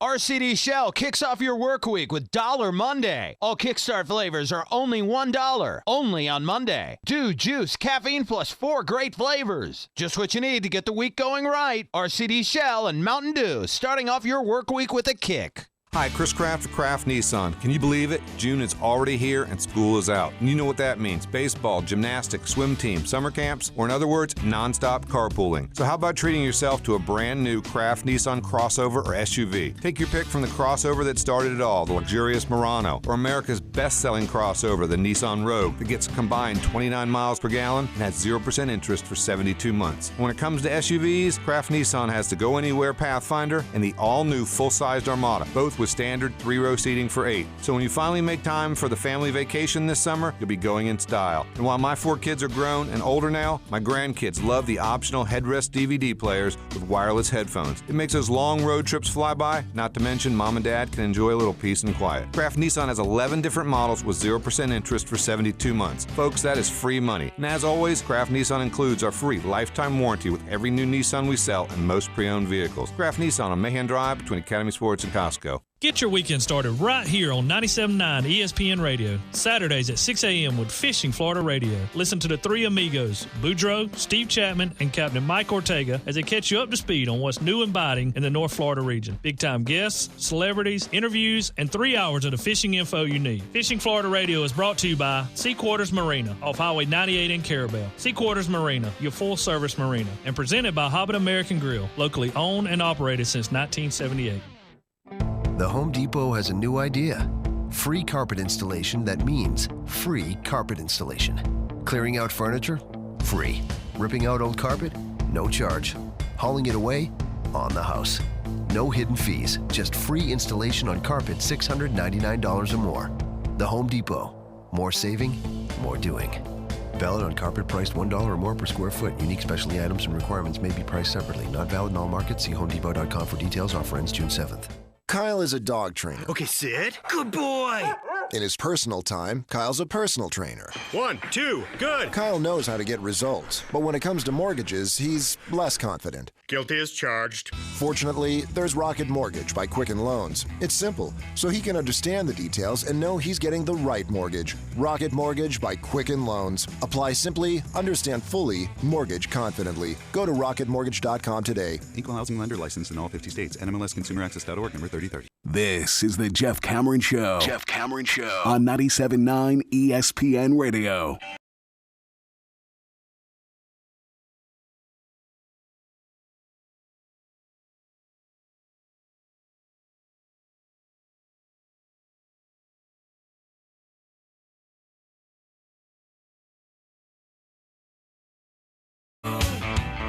Jeff Cameron Show, 97.9 ESPN Radio. Thank you, Ira. Let's deviate from regional talk for a second so that we can go into one of my favorite subjects. Hundreds of unopened sports card packs found in aunt's attic leads to millions of dollars for the person who found them. Got another case, another story, Tom. Apparently these baseball cards are everywhere in people's attics. You just don't have enough relatives. That's what it is. Mid-afternoon, a few weeks ago, Brian Drent received a mind-blowing phone call. Hello. I have some unopened full boxes and almost full boxes from the 1950s and 60s that I am considering for your auction, said the man on the other end. Drent, the president of the Mile High Card Club. You thought that was going to be something else. Politely asked for the specifics. The caller revealed that he had boxes of early 1960s Topps and Fleer football, 1959 Fleer, Ted Williams, and many other sealed packs. They'd all been found fairly recently in his 90-year-old aunt's attic in Tennessee after the uncle passed away. For more than half a century, the uncle had kept packs untouched in a Stroh's beer box, almost as old as the cards themselves. There was also a 1961 Fleer basketball unopened box of wax packs, probably containing the rookie card of Hall of Famer Wilt Chamberlain, Jerry West, and Oscar Robertson. Drent was almost speechless, but in a classic case of burying the headline, the stranger unwittingly saved the best for last. Oh, and I have a box. It's only 19 of the 24 packs, but it's a play ball box from 1948. No, it's 1948 Bowman. While the display box made no mention of the manufacturer, an open pack of the little black and white cards clearly showed that they were by the Philadelphia Gum Company from the first year that it ever made cards. Drent booked the first plane he could to Tennessee, 7:30 next morning. In less than 24 hours from the initial phone call, he was in the owner's well-appointed dining room arranging the consignment of one of the greatest collections of unopened material in baseball card history. Between the box of 1948 Bowman, worth $500,000 on its own, and all the other packs, the collection will top over $1 million. I'm telling you, Tom, I don't know why this angers me, but it does. I have desperately hoped to find boxes of cards unopened all my life. And I never this guy doesn't even care. Oh, yeah, I got these boxes. What do you think? I think you're a millionaire. A millionaire, pal. The 9 boxes were laid out on a table covered in white linen. Drent instantly gravitated towards the 48 Bowman baseball. From all indications, no one in the modern hobby had ever seen a box of unopened from that set. One exuberant seller on eBay has just a wrapper with obvious and significant wear, and he's asking $3,999. Apparently, this is like the holy grail of baseball card, the wax settings, buddy. Well, now, if I ever happen upon through, cleaning out an attic of a relative of mine, something like this, I can't ever tell you. Because then it would hit so close to home, I think it might destroy you. I might laugh. You're affected by this. I might actually laugh. I might say, are you kidding? Well, I'm only affected by this because I believe that I was cheated out of my fortunes because my mom decided to throw away my cards. Well, and because of the neighbor. Next door. That's what it is. Yeah. Oh, I've had the rug pulled out from under me now. I had the Masters badges. Dude up and dies in his 50s the week I'm going to the Masters. What are we doing here? Guy dies. Who dies right when you're going to the Masters? The darkness is creeping towards you. And there's no nice way to ask for the badges after the dude's dead. Hey, listen, I'm sorry about your loss. That's horrible. Did he leave the badges around? Right. I mean, seriously, I did. I was... Has anybody gone by the house? They were probably on the desk just waiting for me. Again, it's terrible that he's dead. There's nothing I can do about that. I'm not the cause of his death, but he would have taken great pride in the fact that I was using those badges to go to an event he cared deeply about. My goodness. Have you even started going through the belongings, Oh, you haven't? Well, if you do and you start tonight, like by chance tonight, if you see an envelope, there might be an envelope with my name on it. And if you see that... We just spoke the other day. It meant the world to him that I go to the Masters. So Jeff, you're telling me you want me to look through my dead father's belongings for an envelope with your name on it? Sure. It meant the world to him. I think it would be the final thing that you could remember, the kindness, the good heart, all of that. It's all there in that envelope. So you're going to, Go to give me the a Masters. compliment. You're Yeah. going to give me a compliment about my father's generosity by That's saying correct. you want me to go look for an envelope with your name on it. That's right. And we'll celebrate together when I come up to get it. You are a piece. The 1948 Bowman Little Big Set was the first mainstream issue since 1941 due to the World War II paper shortage. 9 Hall of Famers are sprinkled throughout, including the rookie cards of Stan Musial, Ralph Kiner, Phil Rizzuto, Yogi Berra, Warren Spahn. Of course they're there. What a great rookie class, by the way. My goodness. Yeah, that's gracious, something else. That's insane. The open pack provides the first taste of excitement. Trent learned why the packs were extra thick. Each came with 3 large slabs of bubble gum. Who cares? Presumably, Bowman was trying to hook its young customers on sugar rushes. Underneath the wrapper were 1 rookie Spawn and 2 Rizzutos. The other 2 cards were duplicates of Giants catcher Walker Cooper. The cardboard gods must be smiling on the beer box find. Rizzuto is one of the rare and thus more valuable short prints created when 12 of the cards were removed from the normal 30-card print sheeting, and now we're getting into boring stuff. Bottom line is, my man found in the attic a whole bunch of cards worth a lot of money, and now he's a millionaire. Some of the packs were extra thick because they contained a rare coin from the Civil War era worth approximately $37 million. I just want that moment. I don't even, the money would be nice, and I won't sit here and tell you I don't care about that. But I honestly, just that moment when you would, that recognition that, I think that's a Babe Ruth. What do we have here? What have we found? We're millionaires. This is amazing. Thank God Uncle Carl's dead ass saved these. We love you, Uncle Carl. Now more than ever. More than you ever would have known in life. Oh, I'm going to get an Uncle Carl tattoo.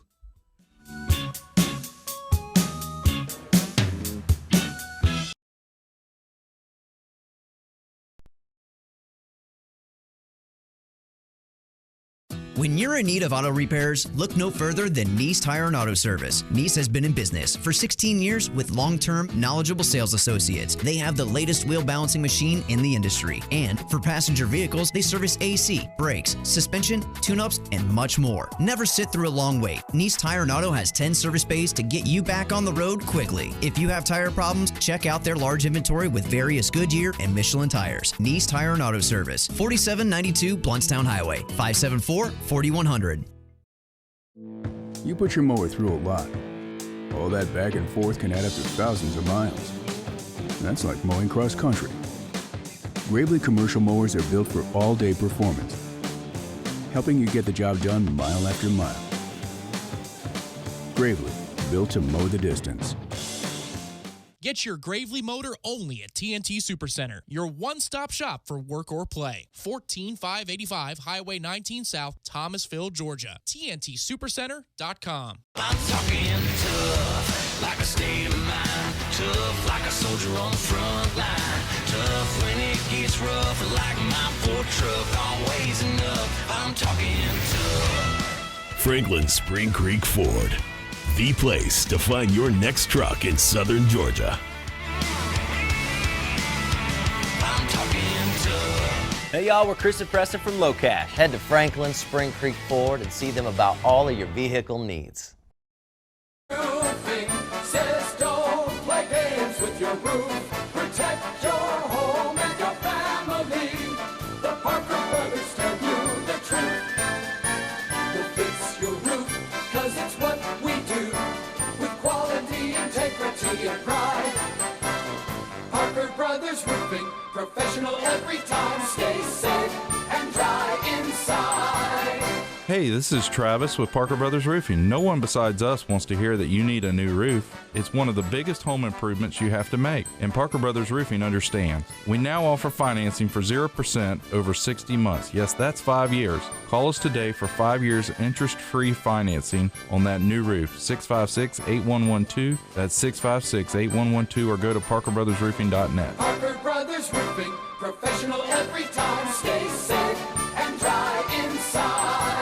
Number CCC 049350. Attention investors, protect your IRA or 401k by storing your retirement at home with an Augusta Home Delivery Gold IRA. Call Augusta today at 855-858-5807 for a free guide on transferring a portion of your IRA or 401k into approved physical gold and silver coins and store them in your safe at home or at your local bank. Call 855-858-5807 today and discover how you can get up to $2,000 in silver free. Call Augusta today at 855-858-5807. There's no greater pain a parent can suffer than losing a child. And yet, heat stroke deaths in hot cars are on the rise. The temperature inside a vehicle can reach deadly levels in just a few minutes. Leaving windows cracked does not help.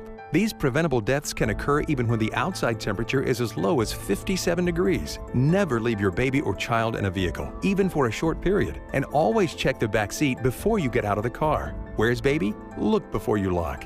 For more information, go to nhtsa.gov/heat stroke. Miller's Tree Service, we go out on a limb for you. Hey, this is Clay Culpepper with Miller's Tree Service. Summertime is here and storm season is right around the corner. We offer free consultations with a certified arborist where we meet with you and advise you on which trees are healthy, diseased, dead, or ones that may need trimming or even removal. Miller's Tree Service, we go out on a limb for you. Give us a call at 894-TREE. Working on the car, huh? Yeah, it's been stalling. It could be friction from your floor mats. No. Oil change too? Better change your oil fuses. Nice try. Hand me that Purolator Boss filter. Wow. Protects up to 15,000 miles? Right. Nothing gets by Purolator. Or me. Great. Now let's demagnetize those floor mats. This is sad now. Purolator oil, air, and cabin air filters. Nothing gets by us. Available at Advance Auto Parts, Pep Boys, and other fine retailers.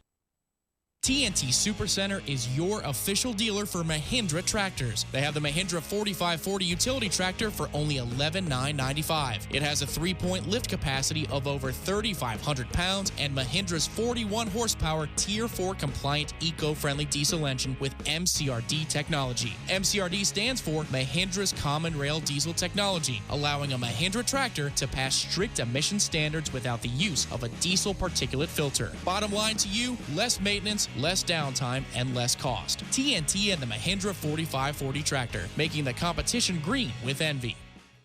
If you haven't stopped into Tallahassee's favorite hangout, the Fourth Quarter Bar and Grill on North Monroe Street, you're missing out. Hey, it's me, Courtney. Hey, it's me, Marissa. Last but not least, I'm Kim, and we're the girls from the Fourth Quarter. Okay, girls, there are lots of great nights to stop in at the Fourth Quarter, including Monday, where it's happy hour all day, including 2-for-1 Wells. There's Tuesday night trivia with Professor Jimmy, where you can win money. What other night should we stop by the Fourth Quarter? It's Kim again. Join me Saturday and Sunday mornings for Bubbles and Brunch from 7 to 2. $18.99, all you can drink mimosas and Bloody Marys, and it includes breakfast. Hey, Riss here. Come join me for lunch. We have over 20 lunch specials for just $7.50, and that includes a drink. I'm Courtney. Visit me on Monday nights when we have 2-for-1 Wells, calls, and domestic drafts all night. Don't miss out on the girls of the Fourth Quarter. Pick your favorite night and stop in. Say hi to the girls at 2033 North Monroe Street, the Fourth Quarter Bar and Grill, Tallahassee's favorite hangout. Live from the Dale Earnhardt Jr. Buick GMC Cadillac Studios in the capital city of Tallahassee, this is the Jeff Cameron Show on 97.9 ESPN Radio. Man Cave Monday, brought to you by Experamac of Tallahassee. Experamac, Tallahassee's trusted tech source for Apple. Stop in at 346 South Magnolia Drive or call at 765-2012 today.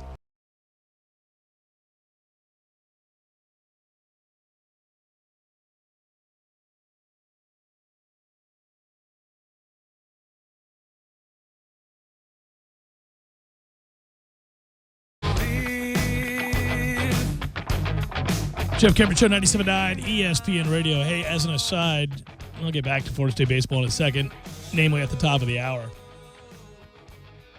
You know, I was just getting done telling you yet another instance in which somebody went into an attic and found more than $1 million worth of old cards or signed baseballs or whatever else that I'm always flipping out about when people find things in, I don't, picture frames. It's the Constitution. Look at that. It's an original. The founders themselves. What in the world? Why do you have that picture? What happened here? This must have been the New Amsterdam copy. So I'm always blown away by stuff like that. But I was also blown away because I tend to go down that rabbit hole and read these stories. According to an AP story I read, a cannon has been recovered from a shipwreck believed to be the USS Revenge, which is just cool as hell. That there's a that was off the coast of Rhode Island called the USS Revenge, and in addition to that, they found a cannonball that was from the War of 1812 nearby. All right, fantastic. Sorry, just thought I'd mention that. They found the ball after many, many years? They found the ball. It was, you can read the whole story. It's a Shipwreck Alley, as it's known. Ball's free! There it is, buddy. Ball's free! Look at these numbers. We got an update, by the way. Give the listeners an update of what's happening in Lubbock. We do have an update. Texas Tech scratched across 3 in the top of the 5th inning. No, but it's 3-2 because I see Sam Houston State has now scored. Correct. They have scored. Last I saw, they had runners on second and third with 2 outs, did Sam Houston State. So they're trying to push across a couple more, maybe take the lead right back. But things are getting wild in Lubbock, Texas.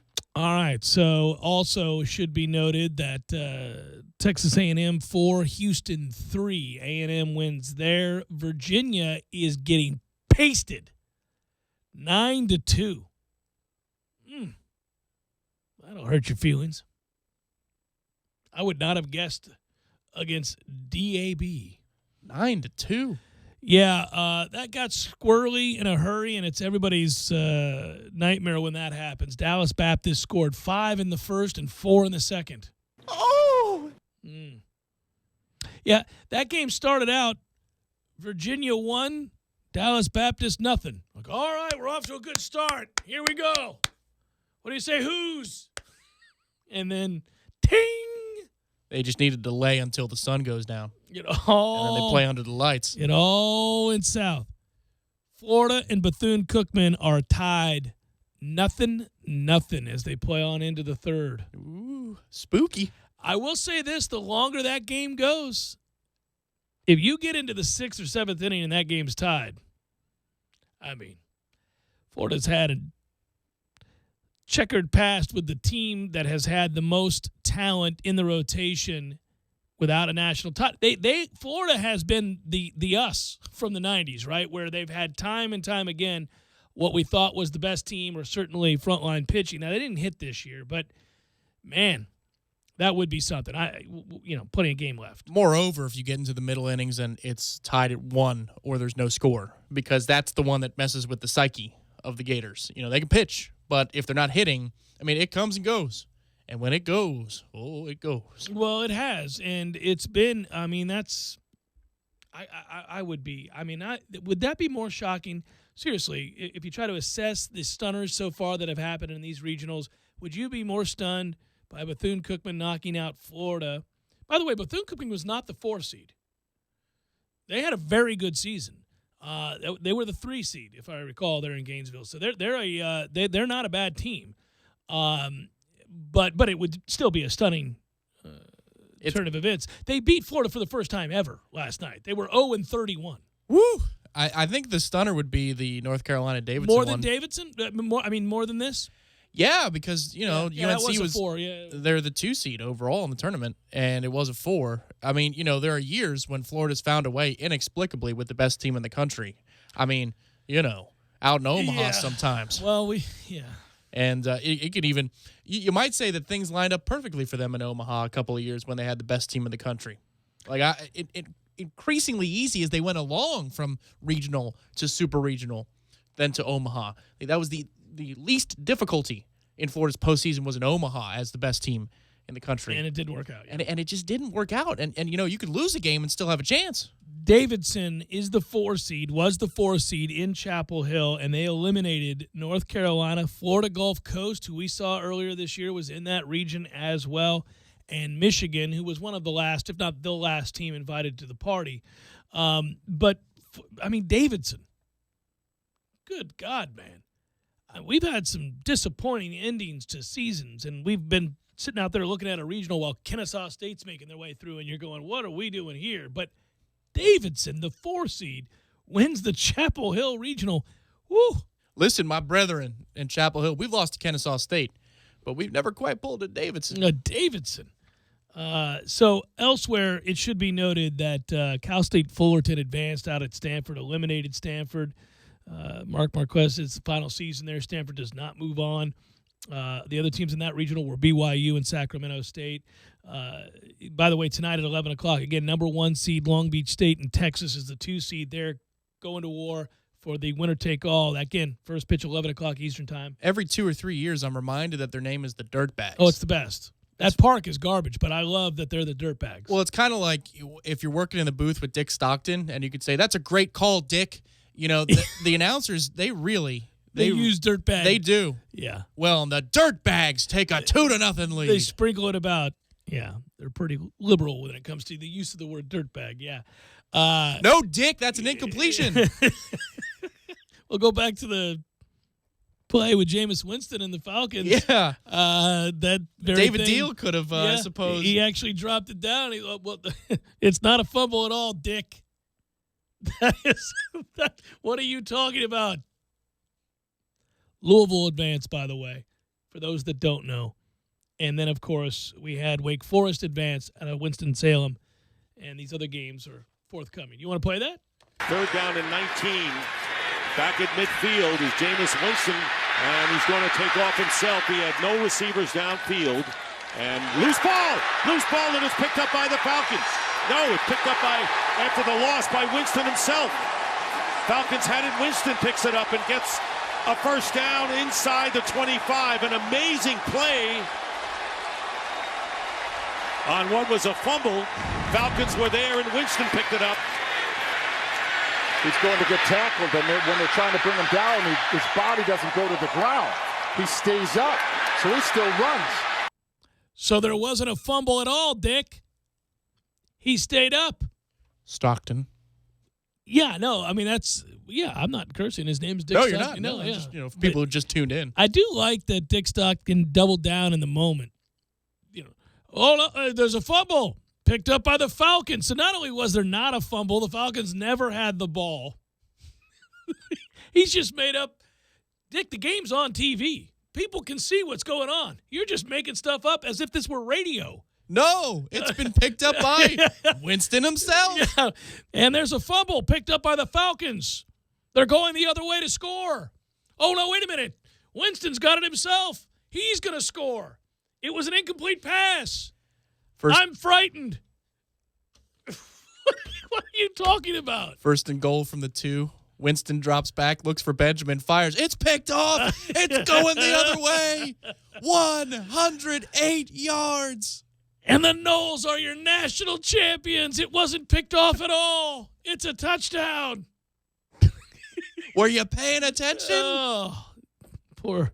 Do you think when they go back as a production, team, okay, what did we do wrong this week? And Deal's like, well, I'll tell you, Dick over here is just making up fumbles on the fly. I'm sorry. Not only are people fumbling, according to Dick, the other team's recovering and making plays that don't exist.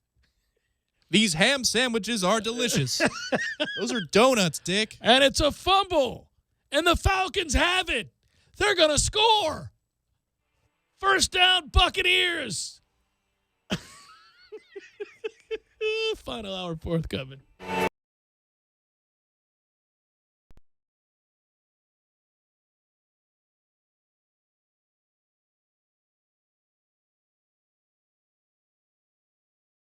When you're in need of auto repairs, look no further than Nice Tire and Auto Service. Nice has been in business for 16 years with long-term, knowledgeable sales associates. They have the latest wheel balancing machine in the industry. And for passenger vehicles, they service AC, brakes, suspension, tune-ups, and much more. Never sit through a long wait. Nice Tire and Auto has 10 service bays to get you back on the road quickly. If you have tire problems, check out their large inventory with various Goodyear and Michelin tires. Nice Tire and Auto Service, 4792 Bluntstown Highway, 574-4100.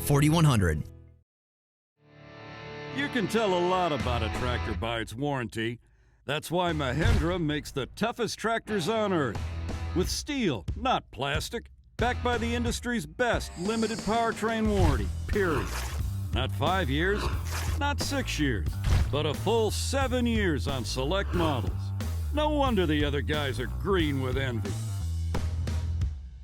No money down, 0% interest, and no payments until July. Available at TNT Supercenter. I'm talking tough, like a state of mind. Tough, like a soldier on the front line. Tough when it gets rough, like my Ford truck. Always enough. I'm talking tough. Franklin Spring Creek Ford, the place to find your next truck in southern Georgia. I'm talking tough. Hey y'all, we're Chris and Preston from Low Cash. Head to Franklin Spring Creek Ford and see them about all of your vehicle needs. And as always, Kraft Nissan includes our free lifetime warranty with every new Nissan we sell and most pre-owned vehicles. Kraft Nissan on Mahan Drive between Academy Sports and Costco. Yeah, that was a good ending. What's another great ending to a movie? Jaws. Smile, you son of a... No. That's Jaws 2. No, that's Jaws 1, man. No, he shoots the thing, and it's Jaws 2, isn't it? No, Jaws 2, he hits him with the electrical wire. Oh, you're right. The electrical thing, he's holding it up, right? He's on the little raft. He's on the raft. You're right. Zzz, and then that's it for Brody. He dies after that. He doesn't die. In Jaws 3, he's dead. He he had a heart attack or something. We don't see it on screen. They don't show it on screen, but yeah, the Jaws killed him. That's okay. Gordo's, bringing the flavor and flair of Cuban food to Tallahassee since 1996. Hey, Bugsy, you hear the news about Vinny? Yeah, it's a real shame he owed money to the IRS and they finally caught up with him. Just like Al Capone. If the IRS can get to Capone, imagine what they can do to little old Vinny, huh? Poor cat, he was on top of the world, and bada boom, bada bing. What Vinny needs now is an offer he can't refuse. Hey, you got a tax problem? Does the IRS claim you owe them a bunch of dough? They can get you too. So call the tax relief line now and learn if you qualify to negotiate your $10,000 plus IRS tax debt for up to a 75% savings. Don't be like Al or Vinny and get busted. Make this free call now. Learn how you may be able to pay the IRS less. Call now. 888-789-5042. 888-789-5042, 888-789-5042, 888-789-5042. When it comes to live gaming excitement, Creek Entertainment Gretna is your hometown headquarters. With live poker and simulcast race betting, you've got more winning opportunities right here close to home. Plus, we now offer 3-card poker and Pai Gow in our card room. Satisfy big appetites at Stables, featuring hot and cold sandwiches, salads, and weekend specials. There's always something exciting going on at Creek Entertainment Gretna, I-10 exit 174, Gretna, Florida.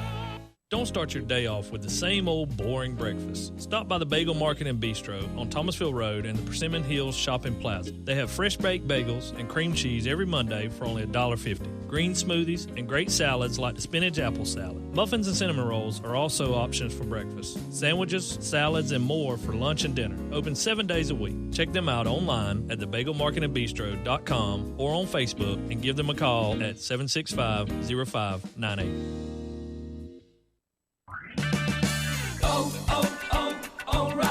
To protect your engine, you have to change the oil. Right now at O'Reilly Auto Parts, pick up 5 quarts of Mobil 1 full synthetic motor oil for $27.95 and get a $10 O'Reilly gift card after mail-in rebate. Protect your engine from sludge and wear with Mobil 1 full synthetic motor oil at O'Reilly Auto Parts. Better parts, better prices every day. Limit supply. See store for details.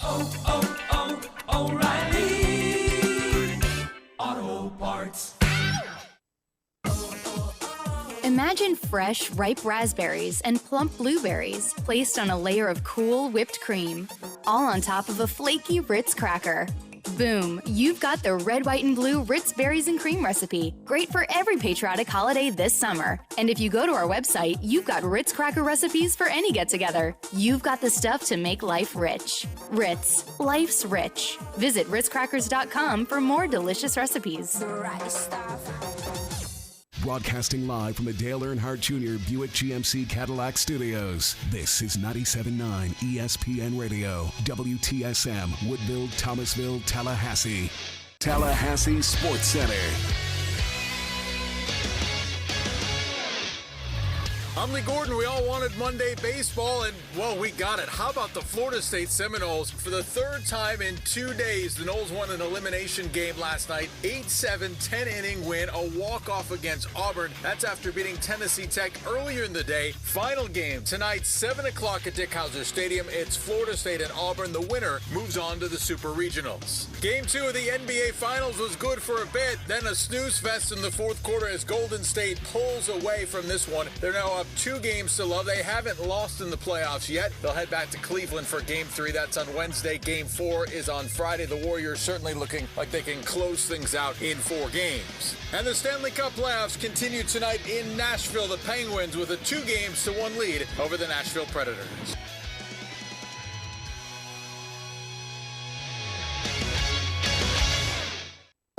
Live from the Dale Earnhardt Jr. Buick GMC Cadillac Studios in the capital city of Tallahassee, this is the Jeff Cameron Show on 97.9 ESPN Radio.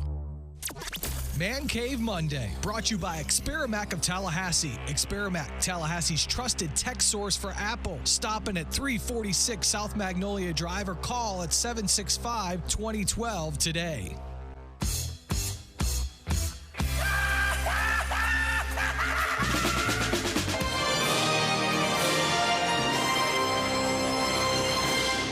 We welcome you to the NCAA Baseball Regionals presented by Capital One.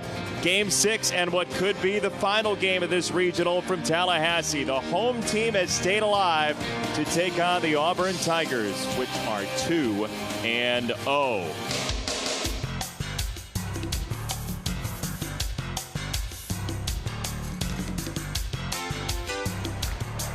Tall right-hander, the junior Dylan Busby. 2 on, 1 out. And that ball is hammered. Deep left field. Oh my, a big 3-run homer. That ball was hammered to left field for the 6-2 lead, Florida State. He's 1 button away from getting out of it. 1 and 2.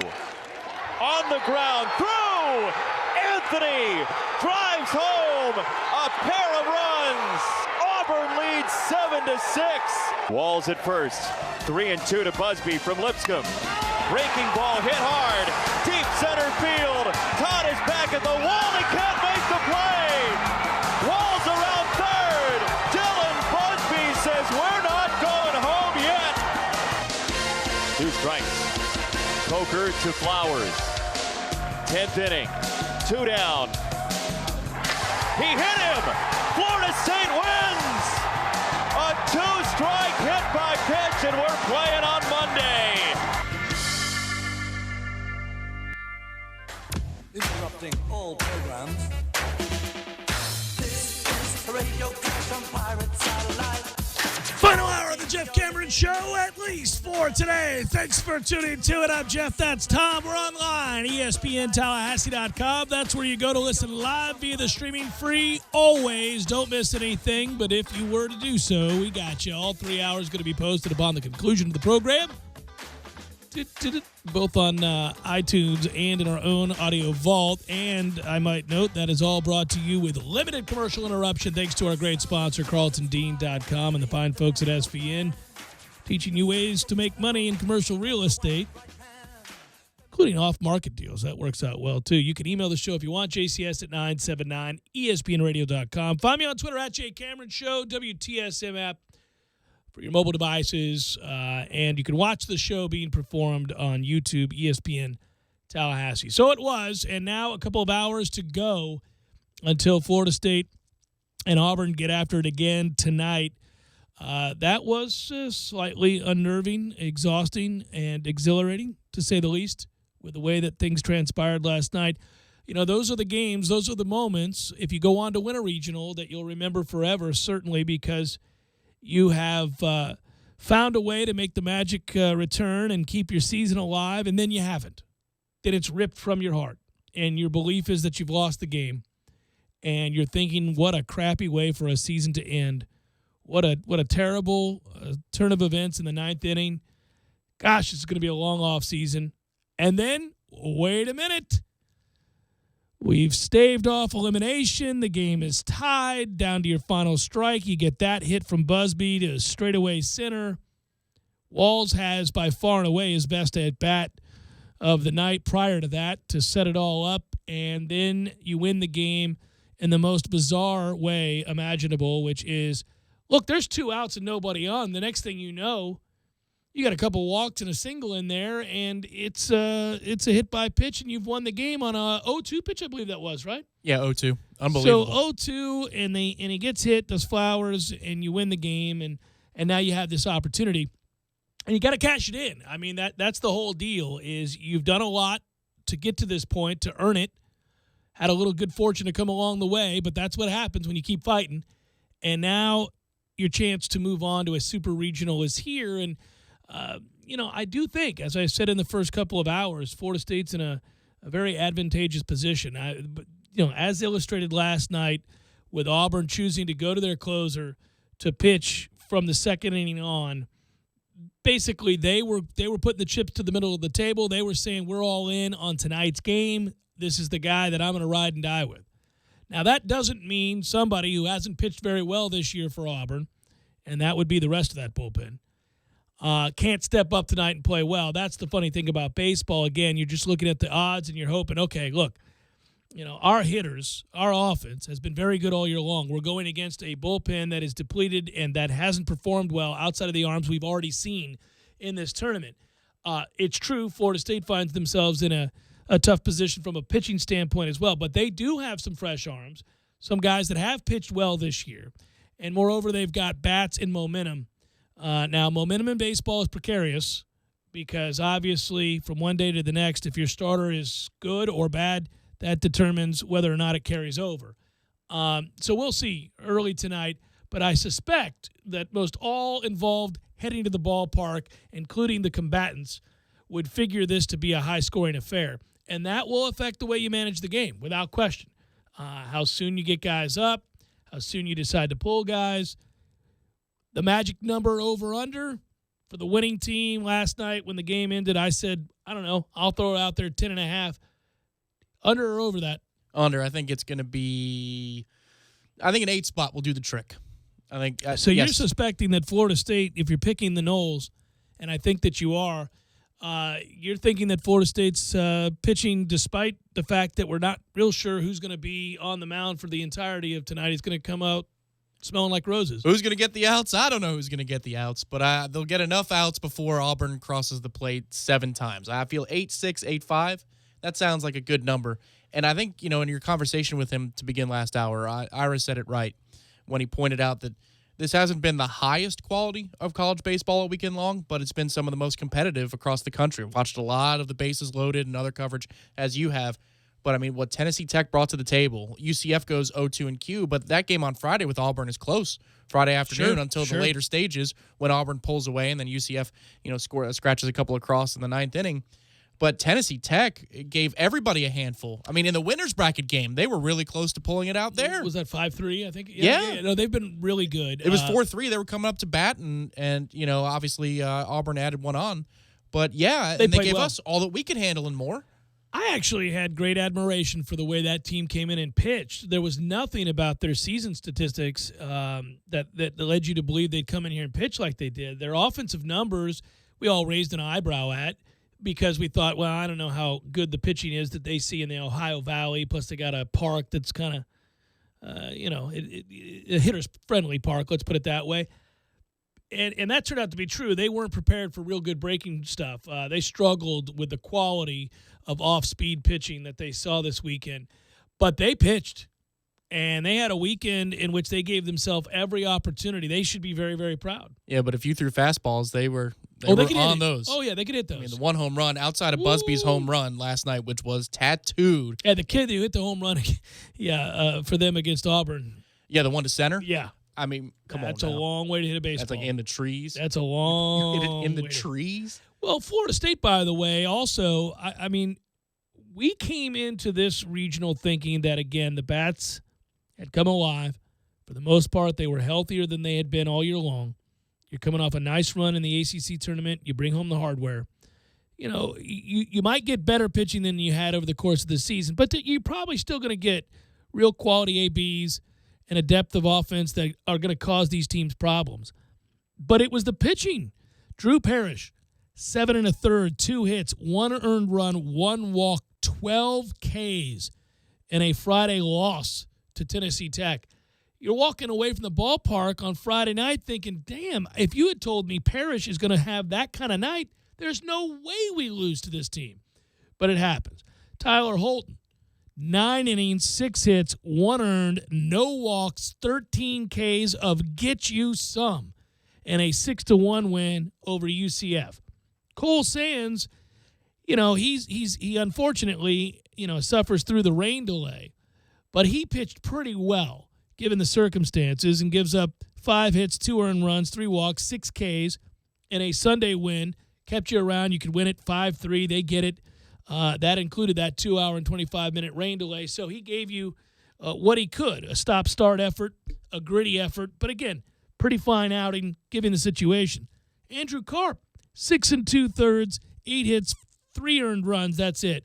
2 walks, 4 strikeouts in the 8-7 victory over Auburn. Now, obviously, he didn't get a piece of that win, but in a way he did because he certainly gave you the opportunity to sit around and wait on the Busby homer. Well, yeah, and he was teetering in the first 3-4 innings, and you didn't know if he was going to make it through the 5th.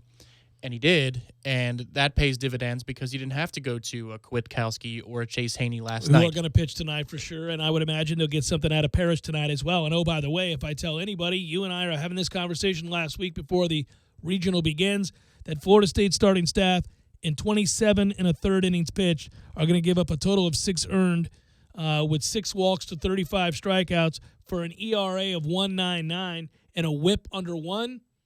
We're thinking a sweep. We're thinking we're heading on down the road. Forget about it. This thing is over. So the pitching, which was suspect all season long, stepped up big in this regional. Now tonight, you need them to do it again, but the bats have to stay hot. You got to stay alive here. Obviously, I think that they'll probably get some pitches to hit tonight. Well, I think the skeptical Noles fan can look at the game of baseball and what we've done this weekend and say, well, Jeff, Tennessee Tech came in here to this region and they didn't have any pitching. And then they pitched their heart out, yeah. Right, and what did they do to us on Friday? Our only blemish. Freaking baseball, man. And early in that game, this you never know, and that's the hard part about baseball. Early in that game, you have opportunities. You've got a kid struggling. You've got a chance there, and you don't cash it in. You screw up the situation, and those opportunities don't come back. Yeah, exactly. You can't shoot yourself in the foot here. You got to grab a hold of Uncle Mo. And I think, honestly, even when they were trading zeros, Parrish and Tennessee Tech's pitcher the first few innings, we put some good swings on balls. Yeah, but, right. They were right at him, infielders, or there was a lineup by Walls to short, and then he fires back to first, doubles up the guy at first base, and that's the end of the inning. But, yeah, if you have runners on first and second, nobody out in a 3-0 count at the plate to your cleanup hitter in Neaporte, you better scratch across a run and not give them 2 outs for no reason. Yeah, really odd, really a season-long predicament for this team is the base running faux pas. The mistakes made on the base paths at times are inexplicable. This tournament, this regional, no different, and it's got to be infinitely frustrating for a program that really for the longest time had good reason to pride itself on doing all the little things and playing fundamentally sound baseball. They weren't always the best team. They always didn't get the most out of their players. There were situations where you could argue teams that had no business losing at the time that they did. All those things happen in baseball. But they did all the things you have to do right to give yourself a chance for years, and it just hasn't been that way the last couple of years when it comes to the base running, specifically the base running. And this team, woo, there are blunders that you don't see in Little League baseball on the base path. So they have to overcome that too. But now, to their credit, again, I don't feel the need to hyper-focus on that today because they have found ways to win games with their back up against it from after that first game on, and they've come through in a big way. And those are college kids, and those kids have been under immense pressure. Grant you, they're talented, and some of these are games that they should win. But you still have to execute. You still have to do what they did in crucial situations. So they get my respect and the credit due for doing that. And now tonight, cash it in. Here you go. Because this is a team that's really, quite frankly, we all know, good enough to go on to win a super regional and go out to Omaha. When we come back, updates of what's happening around the regionals. Of course, the regional in Lubbock is whom we're paired with. That game is currently going on with Texas Tech and Sam Houston State. We'll give you an update on that game. We'll give you an update on the University of Florida and Bethune-Cookman game going on. They were forced to a Game 7 as well down in Gainesville. So we'll let you know what's happening there, along with the other regionals currently being played and what's going on tonight. Jeff Cameron Show, 97.9 ESPN Radio.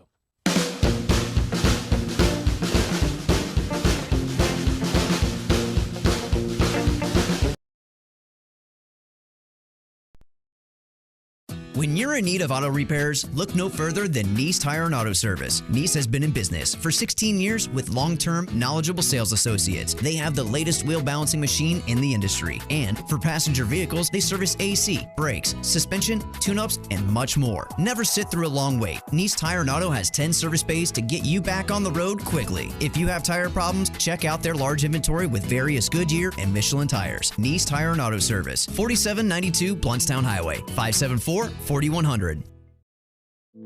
You put your mower through a lot. All that back and forth can add up to thousands of miles. That's like mowing cross country. Gravely commercial mowers are built for all-day performance, helping you get the job done mile after mile. Gravely, built to mow the distance. Get your Gravely motor only at TNT Supercenter, your one-stop shop for work or play. 14585 Highway 19 South, Thomasville, Georgia. TNTSupercenter.com. I'm talking tough, like a state of mind. Tough, like a soldier on the front line. Tough when it gets rough, like my Ford truck. Always enough. I'm talking tough. Franklin Spring Creek Ford, the place to find your next truck in southern Georgia. I'm talking tough. Hey y'all, we're Chris and Preston from Low Cash. Head to Franklin Spring Creek Ford and see them about all of your vehicle needs. 0505. Get your free copy of American Classifieds, available at hundreds of locations throughout the greater Tallahassee area. Conor McGregor is going to get destroyed by Floyd Mayweather. That's not even a fight that should happen. Are they just going to box? That's what I read. It'll be over in 30 seconds. I don't know. That McGregor, he's a crazy man. It's tough. Who would you rather fight? Him, say Mike Tyson or Ronda Rousey, and your boy Ndamukong Suh. And damn you can. Or, I don't know, China. China. Because she's a woman? No, because she's dead. I can beat her. That's true. Gordo's, bringing the flavor and flair of Cuban food to Tallahassee since 1996. Attention investors, protect your IRA or 401k by storing your retirement at home with an Augusta Home Delivery Gold IRA. Call Augusta today at 855-858-5807 for a free guide on transferring a portion of your IRA or 401k into approved physical gold and silver coins and store them in your safe at home or at your local bank. Call 855-858-5807 today and discover how you can get up to $2,000 in silver free. Call Augusta today at 855-858-5807. There's no greater pain a parent can suffer than losing a child. And yet, heat stroke deaths in hot cars are on the rise. The temperature inside a vehicle can reach deadly levels in just a few minutes. Leaving windows cracked does not help. These preventable deaths can occur even when the outside temperature is as low as 57 degrees. Never leave your baby or child in a vehicle, even for a short period. And always check the back seat before you get out of the car. Where's baby? Look before you lock. For more information, go to nhtsa.gov/heatstroke. Look at that mouth. That poor, parched mouth. So dry. What'd you eat for lunch? Chalk dust? Did your mouth cannonball into a barrel of mothballs? You're being awfully quiet. Is that because your mouth feels like the business end of a Dremel saw? Is it because your mouth just wrote a haiku and all 17 syllables were dry heaves? You're so parched. You know it. I know it. The entire radio knows it. Just admit it. You want a Mountain Dew. Your mouth feels like it just inhaled the insides of a punching bag, and the only remedy is that neon green potion. Right now, your mouth could be tongue bathing in the refreshing citrus kick of Mountain Dew. Instead, it feels like you've been motorboating King Tut's sarcophagus. Show some mercy. Crack open an ice-cold Mountain Dew. You know your mouth wants you to. Do the Dew. RCD Shell kicks off your work week with Dollar Monday. All Kickstart flavors are only $1, only on Monday. Dew, juice, caffeine plus 4 great flavors. Just what you need to get the week going right. RCD Shell and Mountain Dew, starting off your work week with a kick. Come see the all-new Bad Boy MZ Magnum and ZT Elite zero-turn mowers at TNT Supercenter. Both models offer the strongest decks in the industry and now have a new deck dial adjustment. Simply lift the deck and set the height with the twist of a knob. Manufactured from 7-gauge fabricated welded steel with an additional 3/8-inch leading-edge reinforcement, MZ Magnum starts at $3,399 and ZT Elite pricing starts at $4,499. Financing with no money down and payments as low as $77 a month with approved credit. TNT and Bad Boy Mower, on a mission to help everybody mow with an attitude. This is the Jeff Cameron Show on 97.9 ESPN Radio.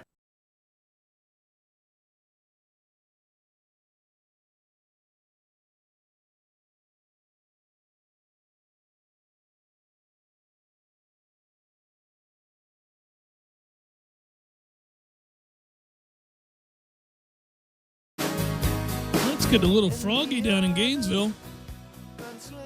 No score. They're in the bottom of the fourth. Bottom of the fourth? Who's the home team? Bethune-Cookman. Tell you something now, buddy. I'm starting to feel like it could happen. It's update time for that ass. Boom! It is update time for that ass. No score in Gainesville between Florida and Bethune-Cookman. Dallas Baptist is just putting a hurting on Virginia. It's update time for that ass. 9-3, that game, bottom of the sixth. Dallas Baptist is trying to cure Virginia's sinning ways with a dominating performance. Sam Houston State leads Texas Tech 4-3 in the bottom of the seventh. If they are to hold on and win that game, and Florida State is to win tonight, big ifs both. But if it happens, Florida State would be hosting the Super Regional this weekend. Still delayed between Mississippi State and USM, no score there. Texas A&M beat Houston, held on to beat Houston 4-3. That is a final there. Vanderbilt and Clemson are delayed. Weather problems abound. Of course, a bunch of night games tonight. Should be a lot of fun. Arkansas saved their season last night at 3 o'clock in the morning. They're doing it up at 7 p.m. tonight. Kentucky and NC State, winner-take-all situation there at 7 o'clock. Florida State, Auburn, obviously right here. And Texas and Long Beach State with the late game tonight at 11 p.m. Winner-take-all there as well. So, all right. Kind of interesting to sit there and look at these games. Again, the parity in college baseball is like never before. It sounds like a broken record over the years. That is what's been said about college football. I'm not so sure that's necessarily true, but I am sure that it's happening more and more in college baseball because, as we talked about last hour, you see national seeds. North Carolina, the number 2 national seed, lost to Davidson, the 4th seed in that regional. North Carolina will not be moving on to a super regional. Davidson will. Yeah, if you look at if you want to talk about parity as people can rise up and win games, sure, college football has parity. But if you want to talk about teams can rise up and win titles, it's not that way. No. You're not going to have who was last year's winner of the College World Series? I forget who it is now. No-name team. No, it was Carolina. Coastal Carolina. Coastal Carolina. Mm-hmm. Yeah. I don't think that Wake Forest in college football or, Vandy is going to rise up and win the national title in college football anytime soon, and that's kind of on the same level, at least from a historical standpoint. Yeah, we saw Fresno State win a title. Oregon State's won a couple of titles. You're right. I mean, you don't see those kinds of things The in ACC has finally won a title in college baseball. That's true. Virginia, wasn't it? It was now down 9-3 to Dallas Baptist. So, that North Carolina team didn't make the postseason last year. They do this year as the 2 national seed and exit to Davidson. College baseball is, Bethune-Cookman is pushing Florida. They're in Game 7. That game's in the 4th inning. It's 0-0. This is rather remarkable to watch play out. I think you look around college baseball and it's possible. And so that's why you're appreciative when you're in a position to still be alive playing baseball. Florida State didn't have a great regular season for a lot of reasons, and we've certainly discussed that ad nauseum, really. But they're in a position to make this a special season, and it's because last night's events played out in a way that, well, nearly gave us all a heart attack, but they won that game, and they continued to stave off elimination, and now here it is. This is where you want to get it to. If you come out of that loser's bracket, obviously worst-case scenario happened to Florida State, rolled our eyes and thought, it's not impossible, but it's going to be really difficult. And I thought last night was the night where, stands to reason when you're up against it, it's an elimination game. If you lose, you're gone. But what I'm trying to say is I felt like if they could win that game, no matter how, if they could win that game, they were going to be in real good shape. They carry a lot of momentum into tonight's game, and I know in baseball that can shift in the drop of a hat. But can you imagine? Flip it a little bit. We tend to look at all of this through the eyes of Florida State, understandably. The show originates from Tallahassee. Central theme is Florida State. But imagine being Auburn. I mean, you're dead in the water. You're down 6-2, then it's 6-3, 6-4, then it's 6. And next thing you know, you get the huge 2-out hit. You take the lead with 2 outs and 2. There you are with a chance to 2 outs. You're down, and it happens for you, and you take the lead. And you get 2 quick outs. It's over. I mean, this is over. You got this thing, and then the walk, and then the 3-2. Again, final strike of the game. They're down 2. They've got us up against it, and that triple to center field takes it away. And then you get, obviously, you're in a situation in the 10th where you get 2 outs, and you should be moving on with your opportunity to bat. But instead, you give up a single and a couple of walks, and you hit a batter, and you lose that game. And I can't imagine that was real easy to sleep on last night. No, considering they had to wait, too, for the game. It took an hour and 10 minutes longer than they thought it was going to take, given that we had the 2-hour, 25-minute rain delay early on yesterday, thanks to the lightning delay. And think about it this way, too. You get the final out in that inning, and then you go to extras, but it's still tied, and you still got a chance. So, you have to ratchet the emotions back up again. It's not just about, Busby hits it out the park, and you lose in walk-off fashion. You have to somehow summon the hope once again for the 10th inning that you're going to continue to play and you're going to end it tonight. That's just a lot. Florida State played more innings yesterday, but where was the toll emotionally speaking? Yeah. I think Auburn had to go through a little bit more turmoil than we did. I'm sure we slept fine after all the baseball we played yesterday and the fact that we got a chance again to play tonight. And again, I said it before, you don't want to look ahead because baseball's funky and it could all end tonight. But now all of a sudden, the punchline that was Parrish, Holton, Sands as your 1, 2, 3. They've looked great. How do you feel about a super regional now, the way we're pitching? Yeah, and I'm fine with them if they have to go on the road. Although, again, right now to update, they're in the bottom of the 7th with Sam Houston State leading that game 4-3, so they may not have to go on the road. But again, it's hard to do that. You're starting to play matchups here, and you haven't won the game that you need to win. So you bring it right back home here and think about tonight's game. And again, I've been critical of this team at times this year, and I think rightfully so. I stand by those criticisms. I don't back down from those at all. They've given me ample opportunity to criticize them. Base running alone has been a constant topic. There have been other things. But it should be, again, noted that they have played with a lot of heart, a lot of what for, a whole hell of a lot of moxie. At the end of a disappointing year, they turned it around, and they get – and I think I almost feel like a father here whose son is trying to do the right thing after screwing up and getting yelled at. You want them to see it through. You want it to work out because they didn't give up on themselves, and they did put themselves in a position to win a regional and maybe even host a super regional. We'll see. They gave themselves a chance to get out to Omaha.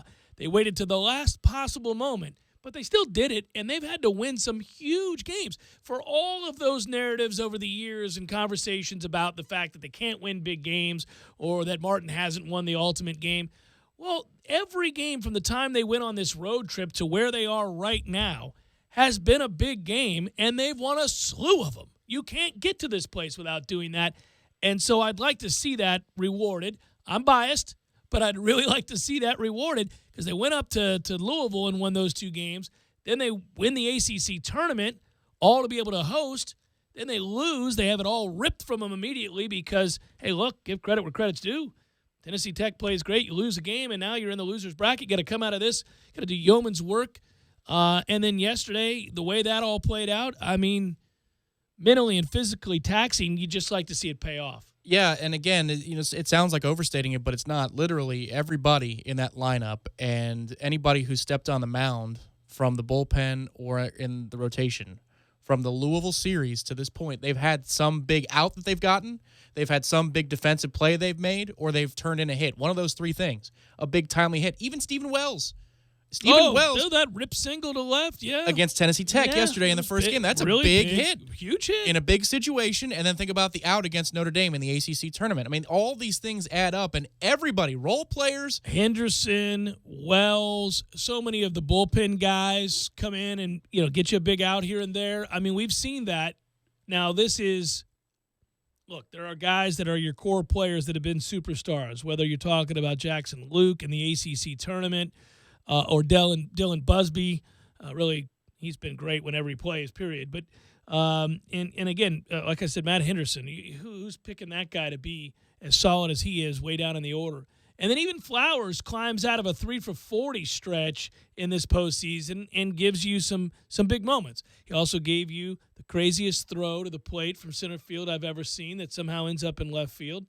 I don't know what the hell that was about, but okay. Just about every one of these guys has done something crazy too, except for maybe Holton. Holton is just all superlatives. Luke had a base running problem. So, outside of Tyler Holton, I think everybody else has had a head-scratching moment to go along with all of the great plays, but they've had more positives. Some more than others. Who? Did you walk into the bear trap? No, just some more. Well, I did a little bit in the Ira interview, where I laid out there the way that he's played. It hasn't been a tournament to remember so far for Taylor Walls. But that's the thing about baseball, Jeff. You got another opportunity tonight. Right. What a chance tonight to make it all right. And that was a big damn walk. So okay. He's riding Uncle Mo into tonight. Feeling it. That was a great approach at the plate there when you had to have it for the first time the entirety of this regional. We should teach that here. What, the plate appearance? Yeah, the approach. The approach. Hey, listen, you hear the frustration in my voice. Can you imagine? I mean, that's the guy that got suspended. Can you imagine how many times they've had this conversation and how absolutely frustrating that would be to know what's inside of that kid, how good he can be, and how he openly defies everything you teach time and again, and you got nobody better to roll out there than him, so you got to wear it? Like, what are you going to do? Yeah, because the ceiling is incredible for what he brings to the table. Oh, my goodness. We got to do who's hot, who's cold in a moment.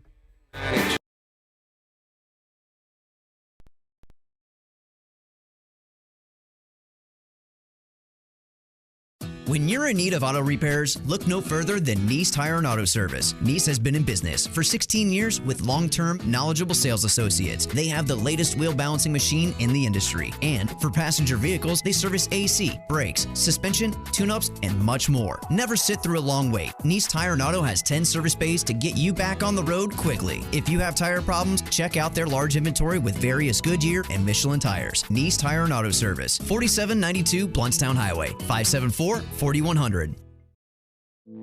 You put your mower through a lot. All that back and forth can add up to thousands of miles. That's like mowing cross country. Gravely commercial mowers are built for all-day performance, helping you get the job done mile after mile. Gravely, built to mow the distance. Get your Gravely motor only at TNT Supercenter, your one-stop shop for work or play. 14585 Highway 19 South, Thomasville, Georgia. TNTSupercenter.com. I'm talking tough, like a state of mind. Tough, like a soldier on the front line. Tough when it gets rough, like my Ford truck. Always enough. I'm talking tough. Franklin Spring Creek Ford. The place to find your next truck in southern Georgia. I'm talking tough. Hey y'all, we're Chris and Preston from Low Cash. Head to Franklin Spring Creek Ford and see them about all of your vehicle needs.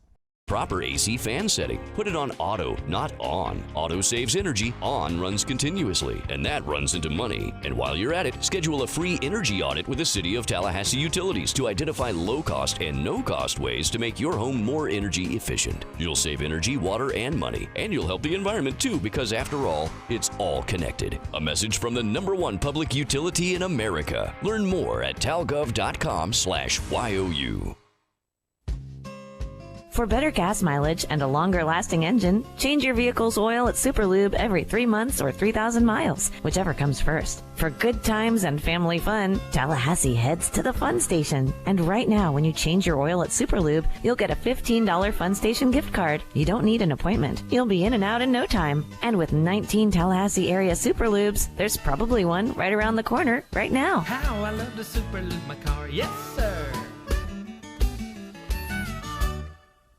Out on the golf course, there are the obvious hazards. There's the pond, the bunker, the rough, the even rougher. Yeah, put me down for an 8. The giant maples. The row of houses out of bounds on the right. The angry flock of geese who've surrounded your ball. Even the occasional groundskeeper you had no clue was there. But if you think you found every possible hazard out there, think again. The hazard you missed could actually be a killer. It's the spot on your skin, the one that could be skin cancer. Fact is, if you're a man over 50, you're in a group most likely to develop skin cancer, including melanoma, the kind that kills 1 person every hour. 1 in 5 Americans is likely to develop a form of skin cancer during their lifetime. That's why your best shot is to check for a spot. It's easy. Follow through and check your skin. It could be the save of a lifetime. Go to spotskincancer.org to find out how. A message from the American Academy of Dermatology. Hi, Chris Kraft of Kraft Nissan. Can you believe it? June is already here and school is out. And you know what that means. Baseball, gymnastics, swim team, summer camps, or in other words, non-stop carpooling. So how about treating yourself to a brand new Kraft Nissan crossover or SUV? Take your pick from the crossover that started it all, the luxurious Murano, or America's best-selling crossover, the Nissan Rogue, that gets a combined 29 miles per gallon and has 0% interest for 72 months. When it comes to SUVs, Kraft Nissan has the Go Anywhere Pathfinder and the all-new full-sized Armada, both with standard 3-row seating for 8. So when you finally make time for the family vacation this summer, you'll be going in style. And while my 4 kids are grown and older now, my grandkids love the optional headrest DVD players with wireless headphones. It makes those long road trips fly by, not to mention mom and dad can enjoy a little peace and quiet. Kraft Nissan has 11 different models with 0% interest for 72 months. Folks, that is free money. And as always, Kraft Nissan includes our free lifetime warranty with every new Nissan we sell and most pre-owned vehicles. Kraft Nissan on Mahan Drive between Academy Sports and Costco. To protect your engine, you have to change the oil. Right now at O'Reilly Auto Parts, pick up 5 quarts of Mobil 1 full synthetic motor oil for $27.95 and get a $10 O'Reilly gift card after mail-in rebate. Protect your engine from sludge and wear with Mobil 1 full synthetic motor oil at O'Reilly Auto Parts. Better parts, better prices every day. Limit supply. See store for details. O'Reilly Auto Parts. Imagine fresh, ripe raspberries and plump blueberries placed on a layer of cool whipped cream, all on top of a flaky Ritz cracker. Boom! You've got the red, white, and blue Ritz Berries and Cream recipe. Great for every patriotic holiday this summer. And if you go to our website, you've got Ritz cracker recipes for any get-together. You've got the stuff to make life rich. Ritz. Life's rich. Visit ritzcrackers.com for more delicious recipes. The right stuff. This Day in Sports brought to you by Superlube. Superlube, 19 Tallahassee area locations. Quick, convenient, no appointment necessary. This day in sports history. June 5th, 1943. Johnny Logden aboard Count Fleet won the 75th running of the Belmont Stakes. With the win, Count Fleet became just the 6th horse in history to win horse racing's Triple Crown. Only 2 horses challenged him as he galloped to a dominating 25-length victory, which stood as the track record for 30 years. Live from the Dale Earnhardt Jr. Buick GMC Cadillac Studios in the capital city of Tallahassee, this is the Jeff Cameron Show on 97.9 ESPN Radio. Man Cave Monday, brought to you by Experamac of Tallahassee. Experamac, Tallahassee's trusted tech source for Apple. Stopping at 346 South Magnolia Drive or call at 765-2012 today.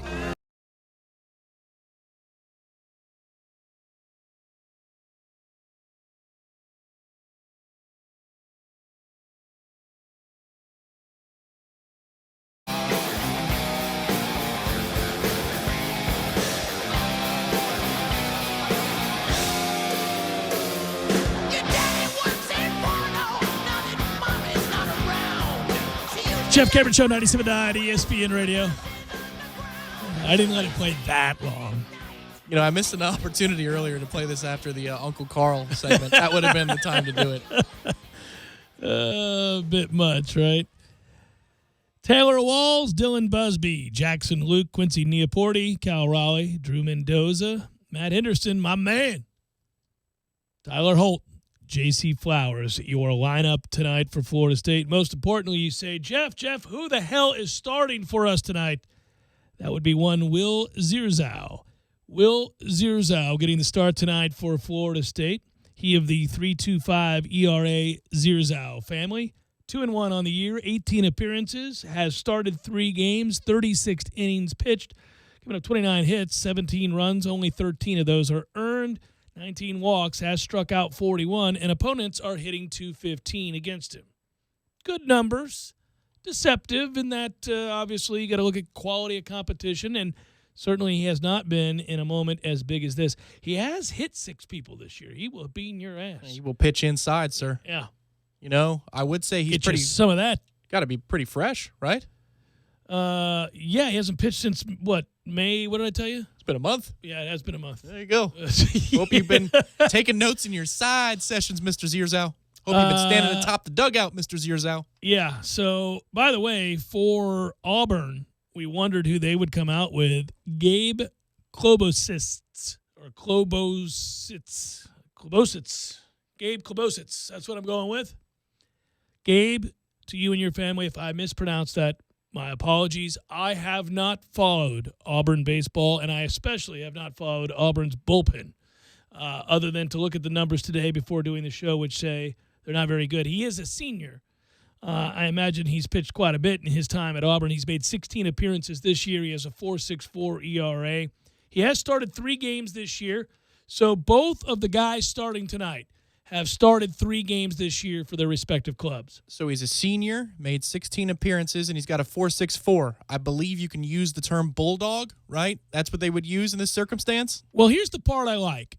I just told you that Zierzow has pitched 36 innings this year and given up 29 hits. All right. Klobosits has pitched in 33 innings this year and given up 44 hits.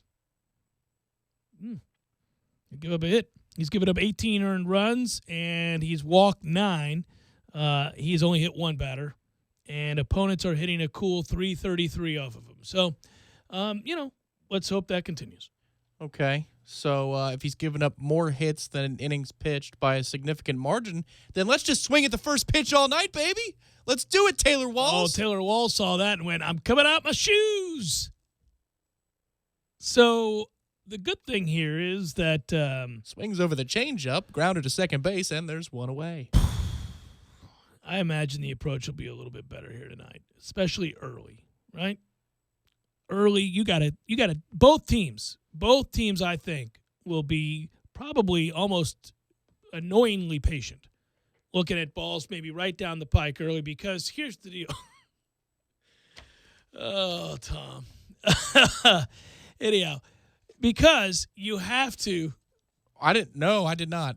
That was not a look for you gave the look away. You gave the look away when I said looking at balls right down the pike. You gave the immediate look away. I swear to you. You saw, because I always do, you saw me give a look I did not give. It did not occur to me until I DVR'd it, and then you just said it. If we could go back and look, you went like that. You gave the look away. We can. We actually do have the technology. You give the look away. You give the... I did. I swear. But you didn't do the head nod. You didn't do the head nod, which indicates I didn't know. You did. You did this. You did, and then it was just a subtle look away. No, for the people. No, here's what I was doing. We're gonna ruin the moment. Hold on a second. Both teams are purposely watching a lot of pitches tonight because they desperately need to find out whether or not the moment's too big for these kids on the hill in an elimination game, and whether or not they can pepper that strike zone. Upon learning that, then we'll see the game plans shift a little right around the time the managers come and pull their pitcher off the diamond. That was me looking at the button for who's hot, who's cold. That was not me. I'm just telling you. I'm used to the look, and I had heard aloud in my head both teams looking at balls early in the count. I didn't hear that. I swear. Usually I'm on top of this stuff. I'm actually Matthew, disappointed. you saw the look away, didn't you? You saw the look away. That's such BS. Oh, my God. But it's not a bad thing. You were trying to keep it together. You just, okay. I would own it if I did. I'd be proud that I got you laughing.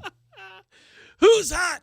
Who's cold? Brought to you by Barano Heating and Air Conditioning. Fire away. It's time for Who's Hot? It's so damn hot. Who's Cold?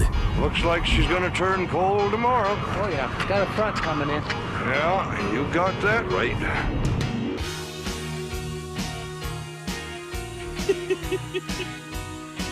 Who's hot, who's cold? Brought to you by our friends at Barano Heating and Air Conditioning. Pros, best of the best.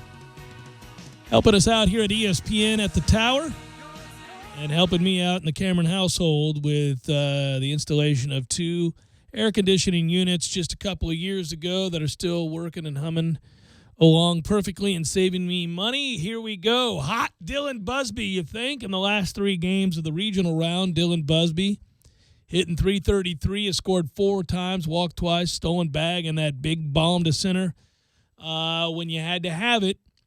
Most importantly, again, after having hit that 3-run home run earlier in Game 6, he hit the game-tying triple in the bottom of the 9th with 2 outs and 2 strikes.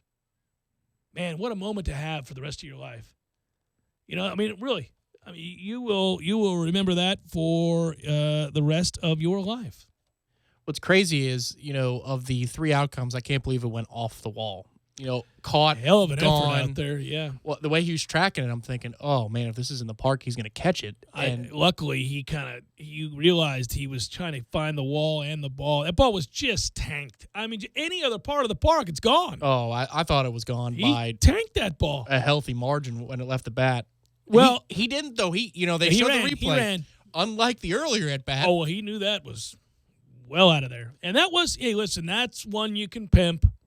I mean, how could you not pimp that one? Yeah, you would be doing a disservice. Yeah, that ball was really just peed on. Jackson Luke named ACC tournament MVP after going 7 for 16 with 7 RBIs in 4 games. Went 4 of 11 with 1 run, scored 2 walks, a home run, 3 RBIs in the first 3 games of the Tallahassee Regional. Now, he did go 0 for 5 last night, but we included him in the hot section because he had really been along with Dylan Busby, kind of carrying the team offensively. And his presence in the lineup means that if Dylan's going to take a huge hack and go 0-1 like he did in the at-bat to hit the 3-run home run, you still got to give in, and you got to pitch to him because Luke's behind him, and Luke will kill you, man. Matt Henderson has been great, has gone 5 for 11 in the Tallahassee Regional, but 3 walks, 3 runs scored, and a double, and he seems to just find ways every night to get on base. Reach base in 10 straight plate appearances with the caveat that he reached on an error, but still, I mean, he was not walking to the dugout for 10 straight times at the plate when we needed to have it. Tennessee Tech game yesterday, Auburn game last night. Cold, and I hope he comes out of it, and I'm not picking on him. I've mentioned it too many times today already, but Taylor Walls has struggled both offensively and defensively so far in this regional. He did have the solo home run in this regional, but he's gone 3 of 16. That's a cool 187. He has 1 walk from your leadoff hitter. He struck out 3 times, and defensively he's committed 3 errors in the 4 games. There is nothing wrong with going 3 out of 16 if you're seeing 7 to 8 pitches at man, bat. if you're setting things up for the rest of your lineup, which is what you do as a leadoff man, without question. But I'm not going to belabor that point because I probably already have. Cold also, I might note while we're at it, the Cleveland Cavaliers defense, which has been non-existent. The Warriors, 132 points in 2 games, are the most by in Game 2, I should say. The most by a team in the NBA Finals since June 4th, 1987. I remember the game very well. The Lakers dropped 141 against the Celtics. Warriors, 18 three-pointers in Game 2 are a new Finals record. LeBron James is one of Cleveland's top defenders, but the Warriors are shooting 62% against him in this series, 13 of 21. Cleveland has got nothing from J.R. Smith. He's played 42 minutes in the finals. He has 3 points, 0 assists, 2 rebounds, 3 turnovers. Yeah, thanks for showing up. The talk is, because I think he took 4 shots in Game 1 and just 2. It's fewer than 5 in both games.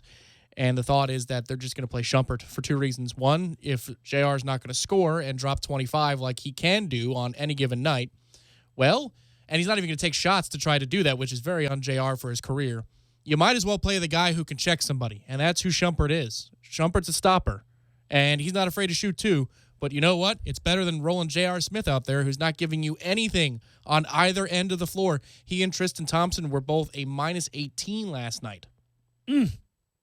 By the way, you know who else who has just absolutely sucked in this finals up to this point? Kyrie Irving. Man. Shooting 40%, 7 turnovers to 9 assists through 2 games, and he can't defend anybody.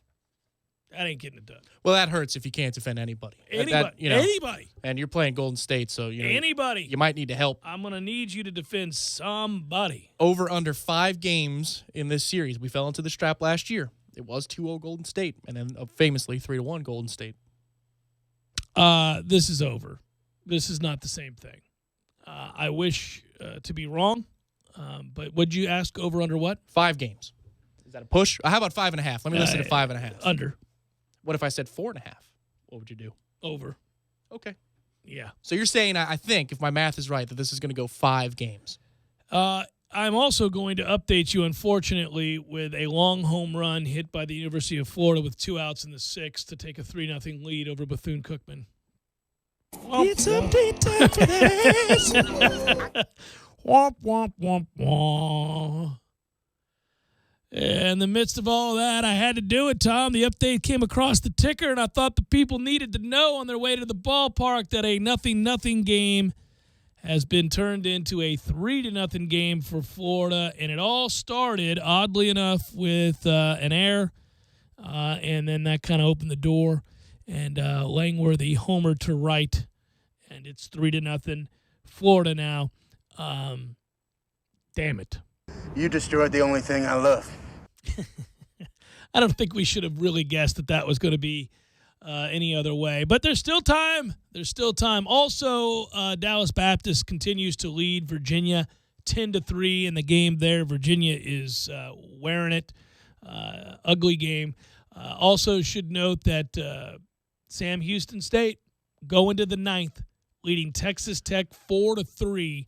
If they win that game, and Florida State wins here in the game that's about to start a little over an hour from now, Florida State will host Sam Houston State. Texas Tech still with a chance in the 9th. You now know who's pitching for us. You've seen the lineups. And I like us. I like us tonight big. Okay. Big? Yeah, well, listen, I think it's going to be a weird game. I shouldn't say big. I think the reason I say big is because I think we're going to score a lot of runs. I feel good about the offense tonight. I feel like, again, college kids, a little bit more subject, as I always say, to the whims of emotion than pros. That had to have been absolutely a gut punch for Auburn last night. Doesn't mean they can't come out and win today. Doesn't mean baseball can't be baseball. Doesn't mean Florida State can't come out today and pitch terribly, because they're on their last legs from a pitching standpoint as well. But all things being equal, in a winner-take-all scenario where both teams are out of pitching, Florida State has the better offense and the greater depth of pitching. And they're at home. I like Florida State's chances tonight to win the game. And I think they score double digits. I know a lot of people don't. I do. I think they'll be patient. They'll work the count, and I think they'll give themselves some favorable opportunities to get a pitch to drive, and they got quite a few guys in this lineup that can do that. They've had 2 chances to set themselves on the right course this weekend, where they looked like they were primed to score in, the 8 to 10 to 11 run range, and then they gave away outs. Can't do it. Can't do it tonight. Cannot. Got to play really smart tonight, and I just literally you could do it and still win. They have, but come on, man, can we? Can we just play a little bit more carefully on the bases? Those are momentum swings that they've had to overcome, that they've created for themselves. That's, you can do that, I suppose, every now and again, but you can't keep going to that well. There's no question. And so, obviously, this is a group that is just too talented to continue to make those kinds of mistakes. But at the same time, I think we would be fools to assume they won't at some point in this game tonight, because they've done it so consistently. But I also know that they've overcome it every time, and that the offense has stepped up most of the year. I think tonight they've got an Auburn team on the ropes from a standpoint of pitching, and that offensively they'll step up big. Hey, one way or the other, We'll be talking about it tomorrow. And, I will say, last night, had they lost that game, you would have heard a resounding thud throughout Tallahassee that everything that had been built up at the ACC tournament was for naught. Strangely, winning that game isn't something that you just say, okay, well, whatever happens, happens. But it does make you feel better that they forced a final game in their own regional, that first loss, they showed heart. They showed a lot of heart there. And you don't get credit for having heart, but it should be noted that you do. Good work out of you. Good work out of you too, Matthew. Thanks for listening, everybody. Have fun tonight, and go Noles.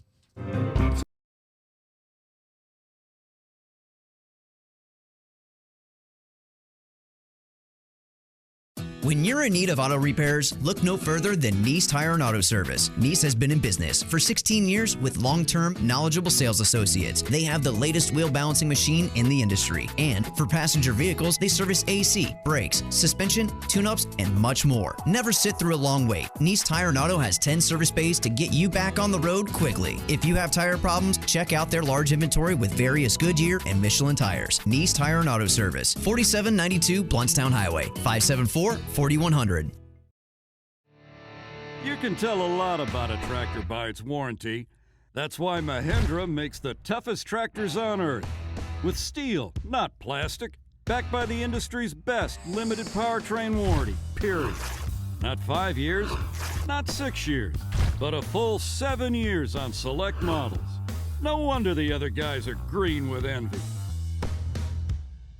No money down, 0% interest, and no payments until July. Available at TNT Supercenter. I'm talking tough, like a state of mind. Tough, like a soldier on the front line.